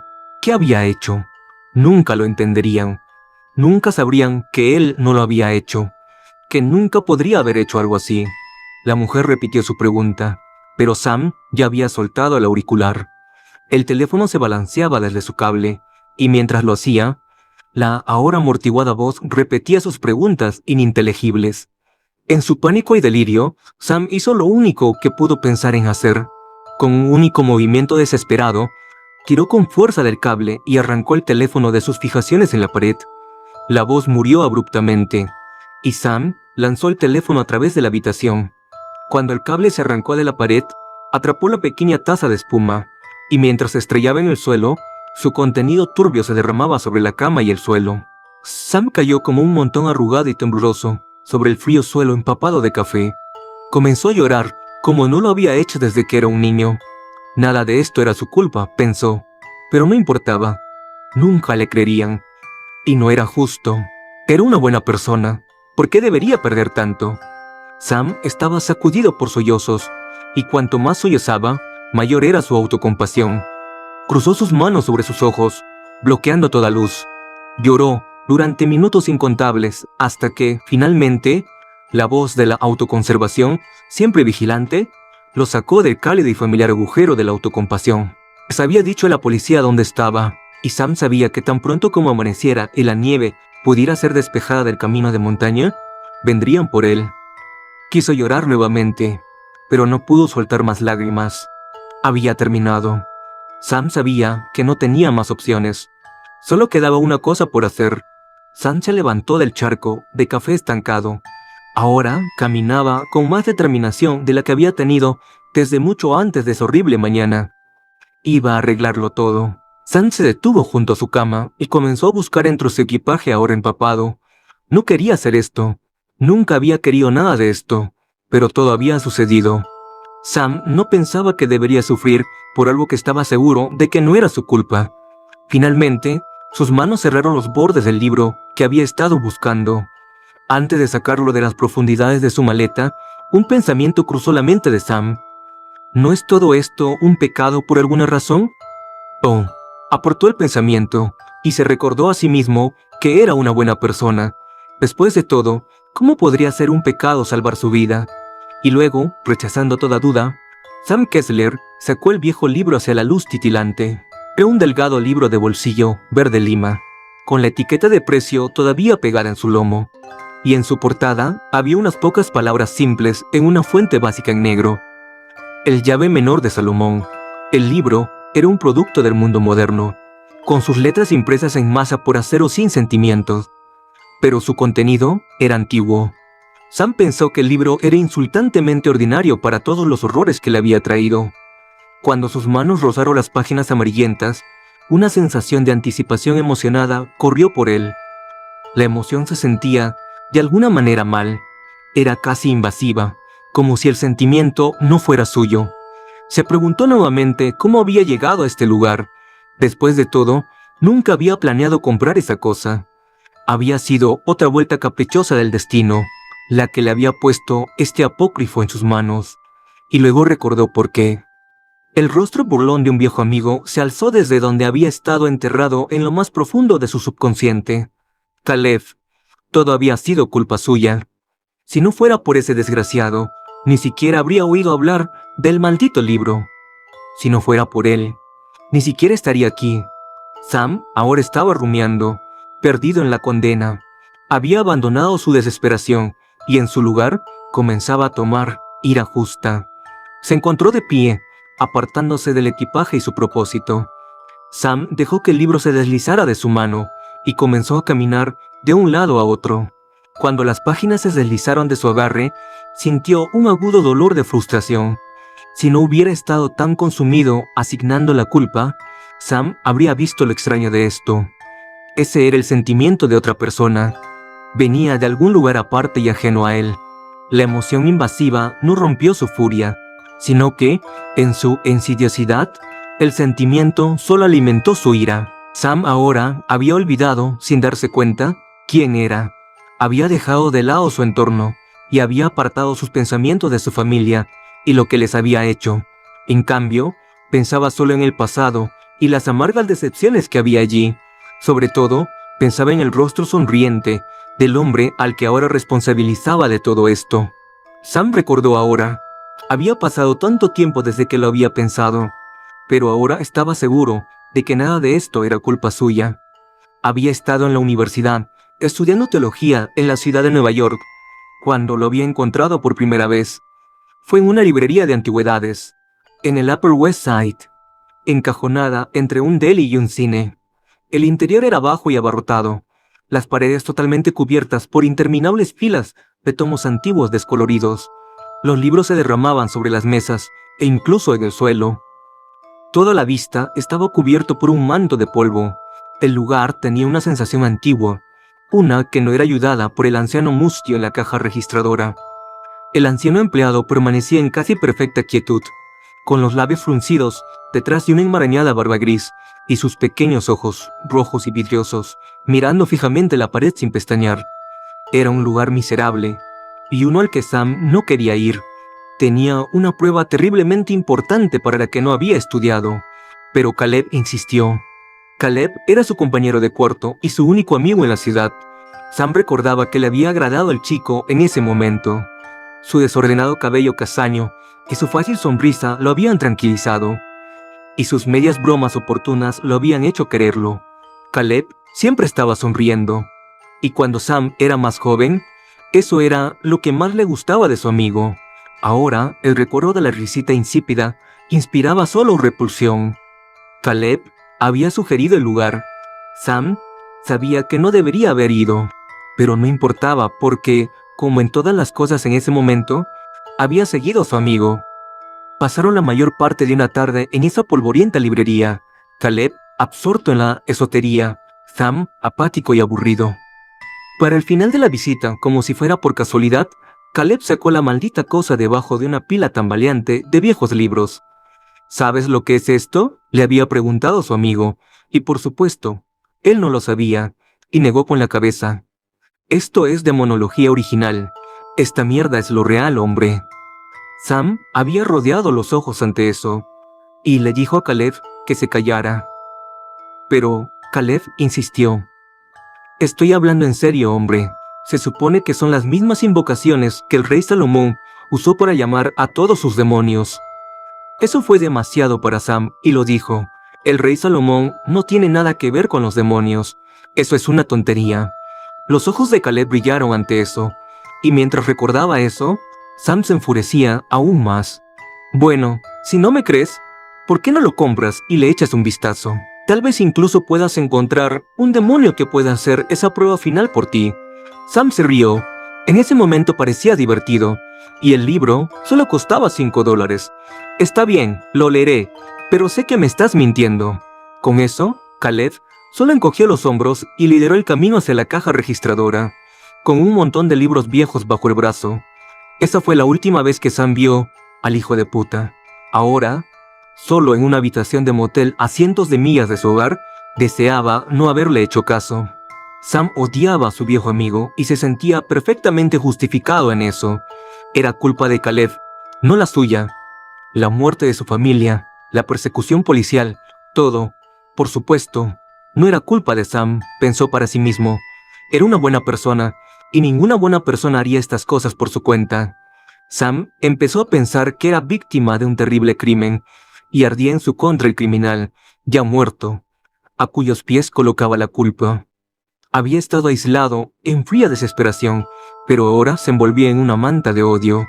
Ya no necesitaba pensar, ya no necesitaba preocuparse por sus acciones. Sabía quién era responsable de esto, y no era él mismo.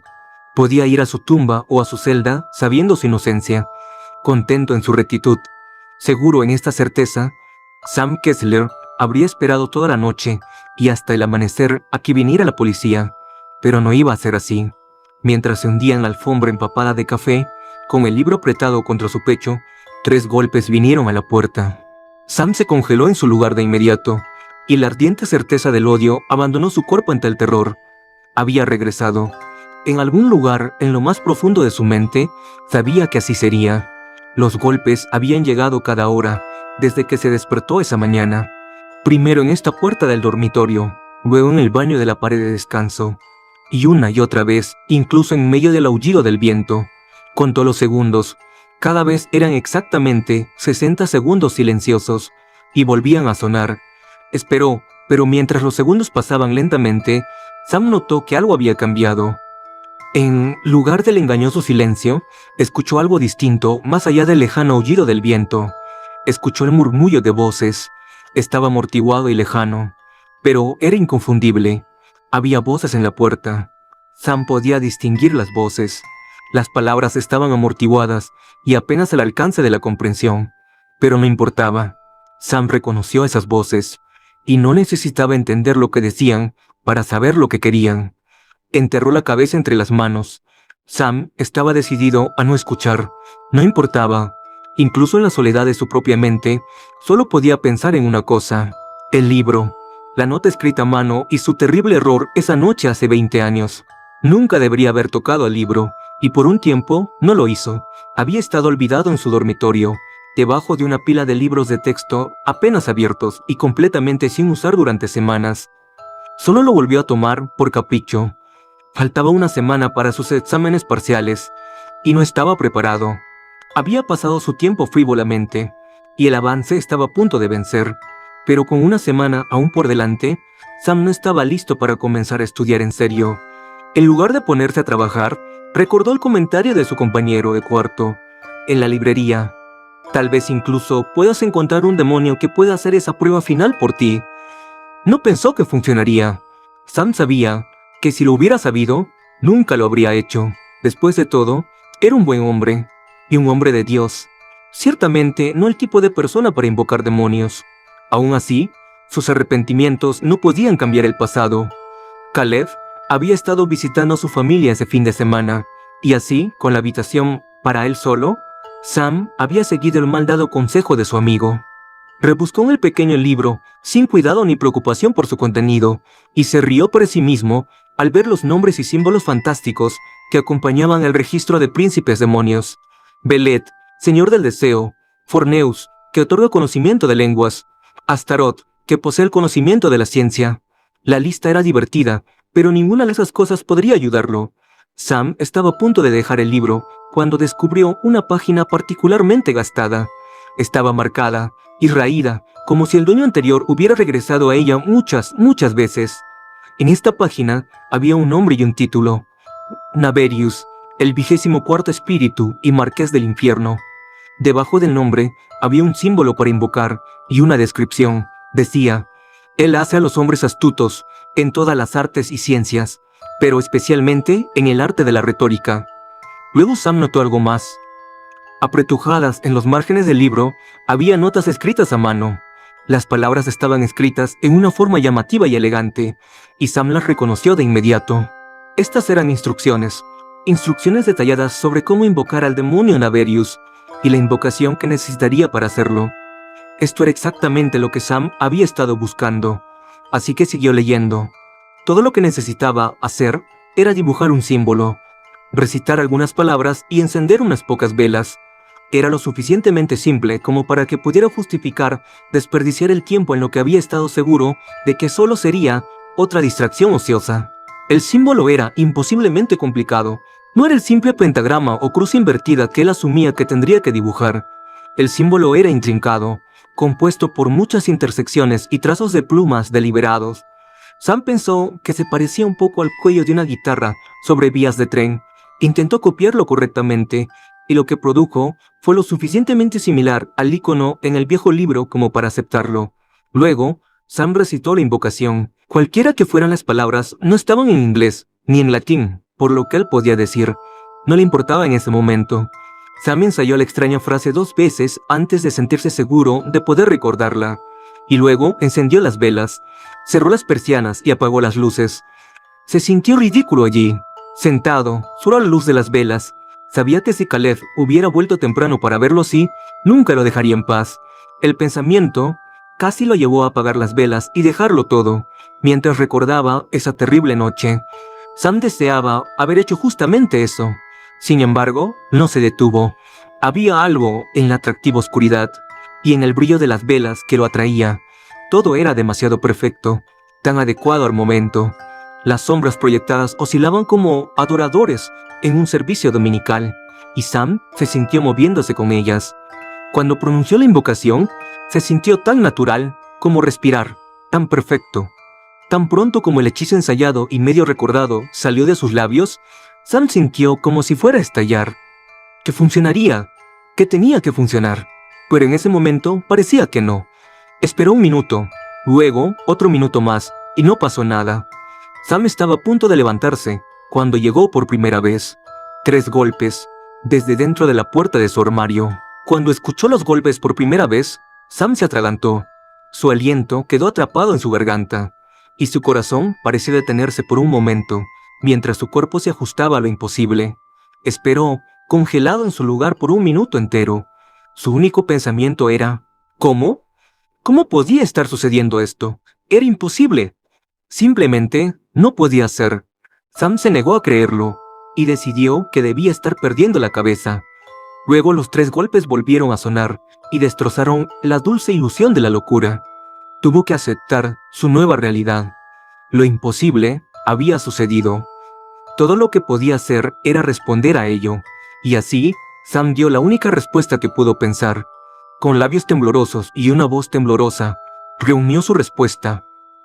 Dijo un débil: «Pasa». Con esas palabras, Sam le dio al ser en el armario la bienvenida. Las bisagras crujieron mientras la puerta se abría lentamente, y salió su visitante. Escuchó el sonido de pies descalzos golpeando el suelo de madera de su habitación. Sam mantuvo la vista fija hacia abajo.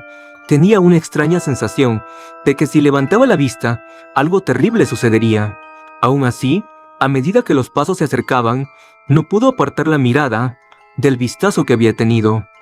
Vio largas piernas pálidas abultadas, con venas azul-negro pulsantes. La criatura avanzaba hacia él, y a medida que lo hacía, el corazón de Sam comenzó a latir con fuerza. Sintió algo frío y muerto tocar su cabeza, mientras la cosa pasaba sus largos dedos por su corto cabello. Habló con 3 voces y con una. La primera que escuchó fue la de una mujer, suave e invitadora, como el primer día cálido de primavera. «Hola, Sam», continuó. El tono gentil de la mujer se desvaneció, reemplazado por la voz soleada de un niño pequeño. Hablaba en un tono alegre, uno que habría inspirado deleite si su fría y muerta mano no estuviera descansando sobre su cabeza. ¿Por qué nos has llamado aquí? Dinos qué deseas, y lo haremos realidad. Luego vino otra voz. Era la de un anciano, severo pero, de alguna manera, casi amable. Todo lo que pedimos es un simple precio, una sola noche para caminar dentro de tu piel. Sam permaneció en silencio. Sabía que nunca podría aceptar esto. Todo en él se rebelaba contra el costo antinatural. El demonio no esperó una respuesta. Habló, ahora con todas sus lenguas a la vez. Preguntó, «Dinos, ¿cuál es tu deseo?» Sam pausó. Escuchó algo de nuevo. Debajo de las palabras superpuestas de las tres voces, escuchó una cuarta. Era monocorde y cruel. Esta era la voz constante de un depredador. La equivocación de todo era palpable. El aire estaba enfermo y su sangre se enfrió, pero de alguna manera respondió. Contra toda lógica y contra toda fe, hizo su trato y balbuceó. Una prueba. Necesito probar mi próximo examen. Parecía un asunto tan trivial, tan pequeño, por un precio tan alto. El demonio no reaccionó, no cuestionó su solicitud. Solo dijo en su voz de 3 y 1, «Así se ha pedido, y así se hará. Duerme esta noche, y cuando despiertes, en 2 días, el precio estará pagado, y tendrás lo que deseas». Y con eso, la criatura desapareció, sin sonido ni movimiento. Simplemente se desvaneció en la noche, dejando a Sam completamente solo. Algo dentro de Sam se fue con el demonio, se disipó en el aire viciado. Todo lo que quedaba por hacer esa noche era cumplir su parte del trato. Durmió, y 2 días después, cuando despertó, todo era diferente. No había señal clara de cambio presente, nada que indicara lo que había sucedido mientras su cuerpo lo abandonaba. Pero Sam sabía que todo era diferente. Pasó esa mañana en una especie de aturdimiento. Cuando regresó a clase, fue recibido por otra estudiante, con lágrimas en sus ojos. Ella le dijo que Caleb estaba muerto, que se había suicidado, y aunque lo negó el resto de su vida, Sam sabía que Caleb no había hecho tal cosa. Sam nunca asistió al funeral de su amigo, y en los meses que pasaron apenas pensaba en él. Cuando pensaba en Caleb, era en sus momentos de desesperación. Cuando era tarde en la noche, caía profundamente en su pozo familiar de frío autoodio. En ese pozo descubrió el odio y se envolvió en él. Sam comenzó a odiar a Caleb y lo culpó por haber encontrado al demonio Naverius. A medida que conocía este odio por su amigo muerto, olvidaba su vergüenza y sus pecados. Sam decidió que él mismo no tenía la culpa, era víctima de las circunstancias, y ya no había necesidad de pensarlo más. Había recuperado su certeza, pero en esas muchas semanas de vergüenza y recriminación, Sam, una vez más, se atrasó en sus estudios. Sus exámenes finales no estaban a una semana de distancia, y no tenía posibilidad de aprobar. Cuando descubrió su estado necesitado, el visitante volvió otra vez. 3 golpes habían llegado a la puerta, y Sam, esta vez sin vacilación, abrió la puerta. Así continuó durante años. Sam caería en la desesperación. Los golpes vendrían y haría un trato. Cada vez que dormía y se despertaba, tendría todo lo que quería. Dejó de necesitar trabajar o preocuparse. Solo tenía que abrir la puerta y obtendría su deseo más profundo. Pero siempre había un precio. Cada vez que despertaba, Sam sabía que algo terrible había ocurrido. La gente desaparecía. Primero fueron sus compañeros de clase, pero pronto serían sus amigos. Sufrirían un accidente o se descubriría que se habían suicidado. Sam nunca se culpó a sí mismo. Siempre se tranquilizaba diciendo que la bestia era la culpable. Él era solo otra víctima. En todos los años desde esa noche, Sam había racionalizado sus acciones. Solo tenía 19 años, solo un niño, y los niños hacen cosas estúpidas. Ahora, solo y perseguido, se preguntaba si algunos de estos calificativos importaba frente a lo que había sucedido. Había construido su vida en sus tratos con la criatura que ahora esperaba en la tormenta, sus becas, su negocio e incluso su posición como diácono de la iglesia. Todo se debía a las 3 voces y una. Su familia había sido lo único que Sam había creado por sí mismo, y ahora incluso ellos se habían ido. Había besado a su esposa y acostado a su hijo la misma noche en que había intercambiado sus vidas. Había estado teniendo una aventura con una de sus feligresas. La mujer pelirroja había sido un miembro fiel de su iglesia durante años, y una amiga de su esposa. La mujer comenzó a albergar dudas y le dijo a Sam que iba a confesar. Su vida estaba al borde de la destrucción y todo era su culpa. Había estado desesperado y con la necesidad terrible vino un sonido familiar. 3 golpes agudos en la puerta del dormitorio. Sam había hecho el trato ansiosamente esa noche.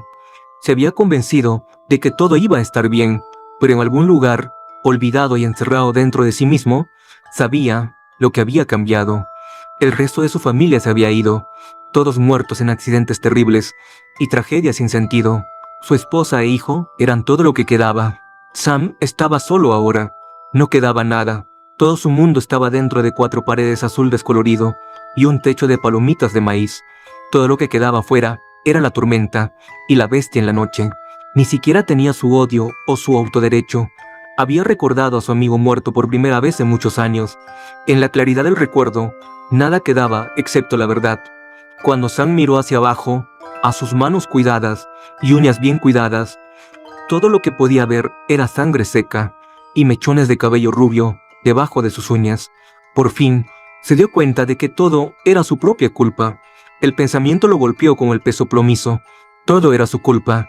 Nada había importado desde esa noche hace 20 años. Todo desde entonces había sido una fantasía prolongada. No quedaba nada para él, excepto la desesperación y el peso completo de lo que había hecho. Sam ya no tenía más ira. No quería luchar, solo quería salir. Sam quería dejar el sueño. Necesitaba olvidarlo todo y abandonar el fantasma. Sabía lo que vendría después, y tan pronto como lo pensó, 3 golpes agudos vinieron a la puerta. 3, y 3 de nuevo, pero no se detuvieron allí. Las voces murmurantes se elevaron. Un coro de susurros venía más allá de la puerta. 1000 hablantes sin sentido unidos en hambre. El viento se intensificó, y los golpes no cesaron. 3 y 3 de nuevo, continuaron más allá de lo que podía contar. El viento aullaba y golpeaba contra las paredes y ventanas. Sam dio una última mirada alrededor de la habitación, al teléfono celular tirado en un montón en el suelo, a las sábanas manchadas de café y al televisor roto. Esto es lo que su trato había hecho de él. Esta desolada habitación de motel en el interior de Massachusetts era la medida de su vida. Sam ya no podía soportarlo. Se levantó del suelo, se enderezó y por primera vez, sin ilusiones, Sam Kessler abrió la puerta.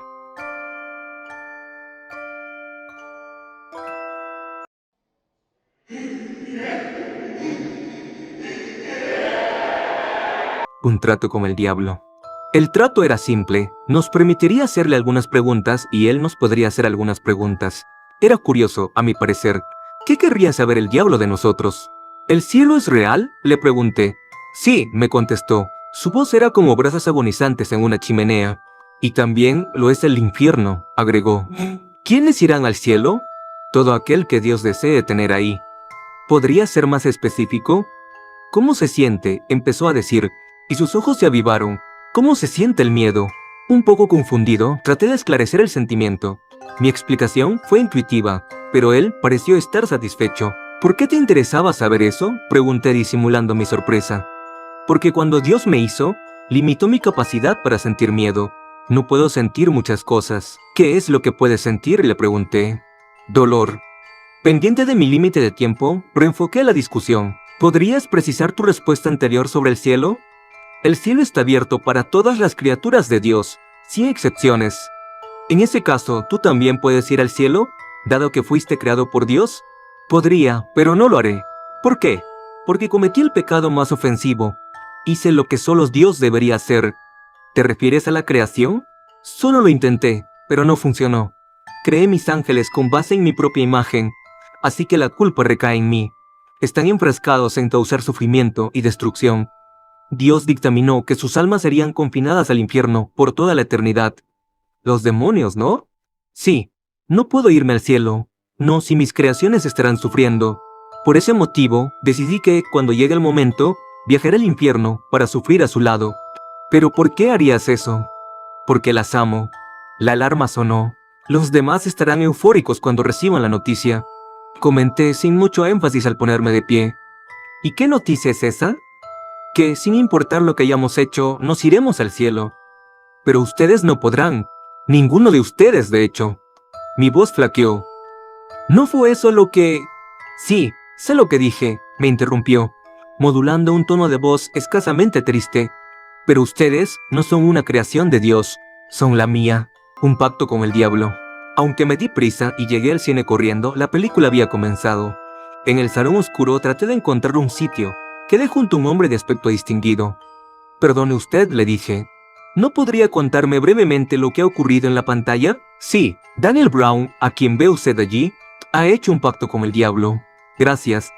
Ahora quiero saber las condiciones del pacto. ¿Podría explicármelas? Con mucho gusto. El diablo se compromete a proporcionar la riqueza a Daniel Brown durante 7 años, naturalmente, a cambio de su alma. ¿7 no más? El contrato puede renovarse. No hace mucho, Daniel Brown lo firmó con un poco de sangre. Yo podía completar con estos datos el argumento de la película. Eran suficientes, pero quise saber algo más. El complaciente desconocido parecía ser un hombre de criterio. En tanto que Daniel Brown se embolsaba una buena cantidad de monedas de oro, pregunté. En su concepto, ¿quién de los dos se ha comprometido más? El diablo, me respondió. ¿Cómo es eso?, repliqué sorprendido. El alma de Daniel Brown, créame usted, no valía gran cosa en el momento en que la cedió. Entonces el diablo va a salir muy perjudicado en el negocio, porque Daniel se manifiesta muy deseoso de dinero. Mírelo usted. Efectivamente, Brown gastaba el dinero a puñados. Su alma de campesino se desquiciaba. Con ojos de reproche, mi vecino añadió, ya llegarás al 7º año. Ya.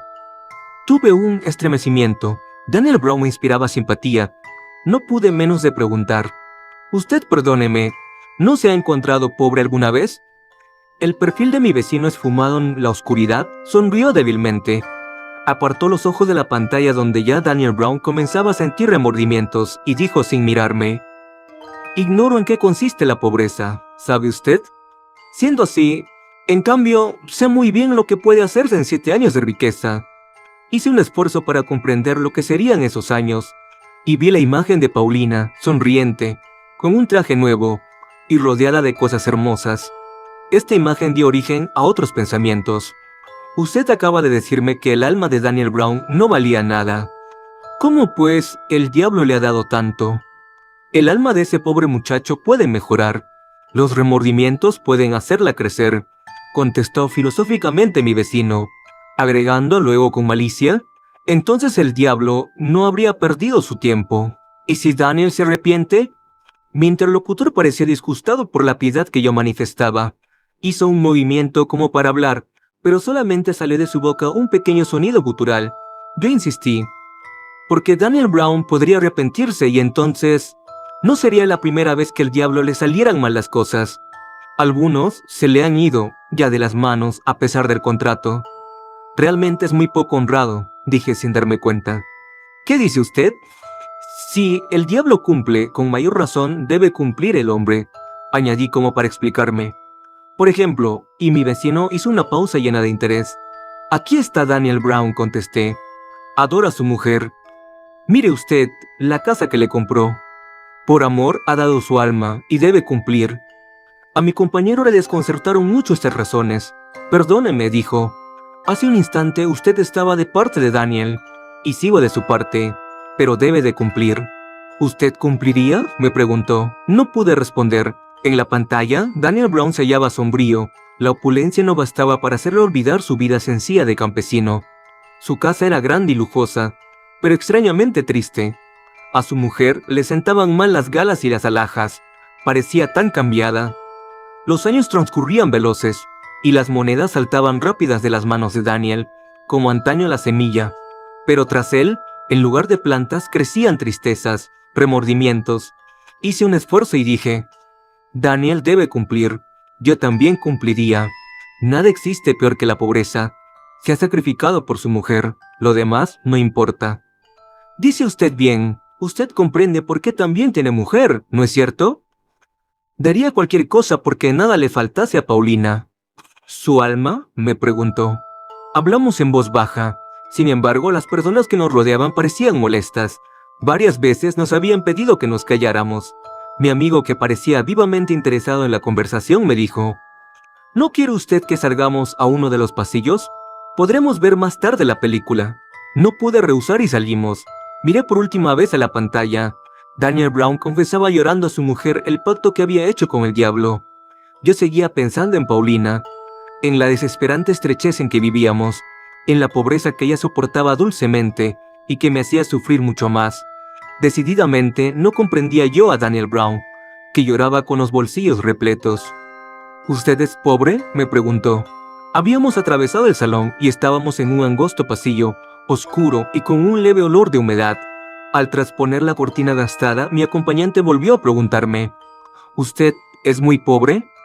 En este día, le contesté, las entradas al cine cuestan más baratas que de ordinario y sin embargo, si supiera usted, luché mucho para gastar ese dinero. Paulina se ha empeñado en que viniera. Precisamente por discutir con ella fue que llegué tarde al cine. Entonces, un hombre que resuelve sus problemas tal como lo hizo Daniel, ¿qué concepto le merece? Es cosa de pensarlo. Mis asuntos marchan muy mal. Las personas ya no se cuidan de vestirse. Van de cualquier modo. Preparan sus trajes, los limpian, los arreglan una y otra vez. Paulina misma sabe atenderse muy bien. Hace combinaciones y añadidos. Se improvisa trajes. Lo cierto es que desde hace mucho tiempo no tiene un vestido nuevo. Le prometo hacerme su cliente, dijo mi interlocutor, compadecido. En esta semana le encargaré un par de trajes. Gracias. Tenía razón Paulina al pedirme que viniera al cine. Cuando sepa esto, se va a poner contenta. ¿Podría hacer algo más por usted?, añadió el nuevo cliente. Por ejemplo, me gustaría proponerle un negocio, hacerle una compra. Perdón, contesté con rapidez. No tenemos ya nada para vender. Lo último, unos aretes de Paulina. Piense usted bien, hay algo que quizás olvida. Hice como que meditaba un poco. Hubo una pausa que mi benefactor interrumpió con voz extraña. Reflexione usted. Mire, allí tiene usted a Daniel Brown. Poco antes de que usted llegara, no tenía nada para vender, y sin embargo, noté de pronto que el rostro de aquel hombre se hacía más agudo. La luz roja de un letrero puesto en la pared daba a sus ojos un fulgor extraño, como fuego. Él advirtió mi turbación, y dijo con voz clara y distinta, «A estas alturas, señor mío, resulta por demás una presentación. Estoy completamente a sus órdenes». Hice instintivamente la señal de la cruz con mi mano derecha, pero sin sacarla del bolsillo. Esto pareció quitar al signo su virtud, porque el diablo, componiendo el nudo de su corbata, dijo con toda calma, «Aquí, en la cartera, llevo un documento que...». Yo estaba perplejo. Volví a ver a Paulina de pie en el umbral de la casa, con su traje gracioso y desteñido, en la actitud en que se hallaba cuando salí, el rostro inclinado y sonriente, las manos ocultas en los pequeños bolsillos de su delantal. Pensé que nuestra fortuna estaba en mis manos. Esta noche apenas si teníamos algo para comer. Mañana habría manjares sobre la mesa, y también vestidos y joyas, y una casa grande y hermosa. ¿El alma? Mientras me hallaba sumido en tales pensamientos, el diablo había sacado un pliego crujiente, y en una de sus manos brillaba una aguja. Daría cualquier cosa porque nada le faltara. Esto lo había dicho yo muchas veces a mi mujer, cualquier cosa.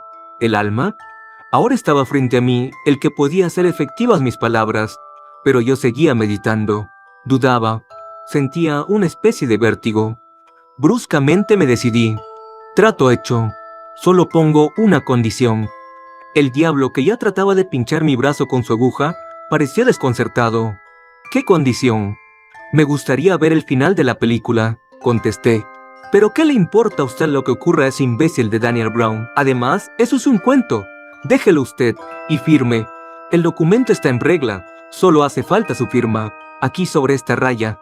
La voz del diablo era insinuante, ladina, como un sonido de moneda de oro. Añadió, «Si usted gusta, puedo hacerle ahora mismo un anticipo». Parecía un comerciante astuto.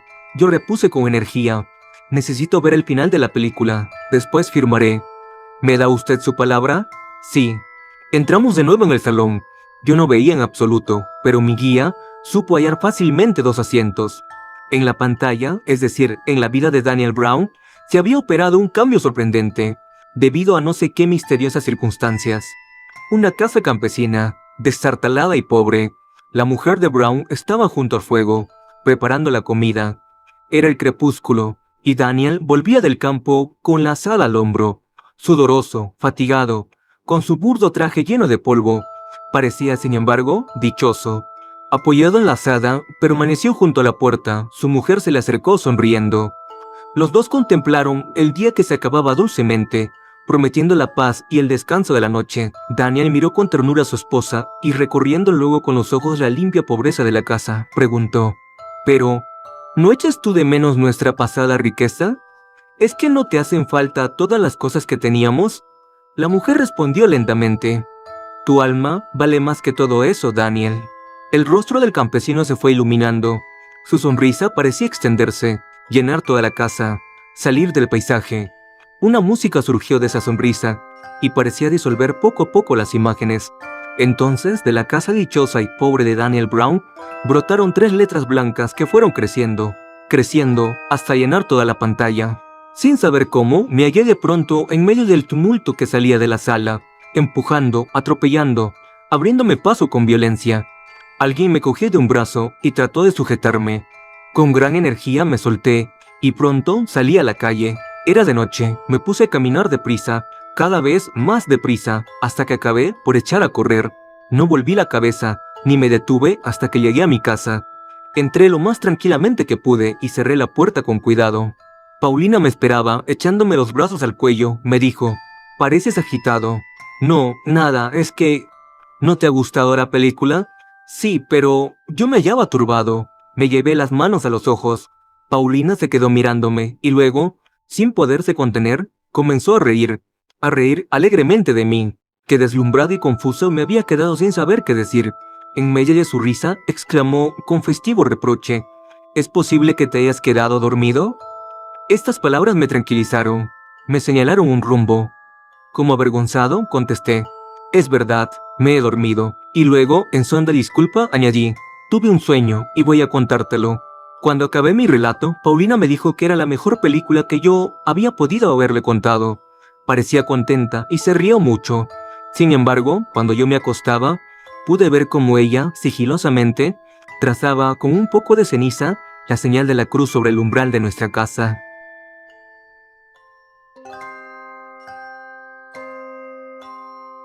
Bueno, hasta aquí llegamos por hoy. Si el video te gustó, no olvides darle me gusta y darle a la campanita para activar las notificaciones. Yo soy Mishasho, nos vemos.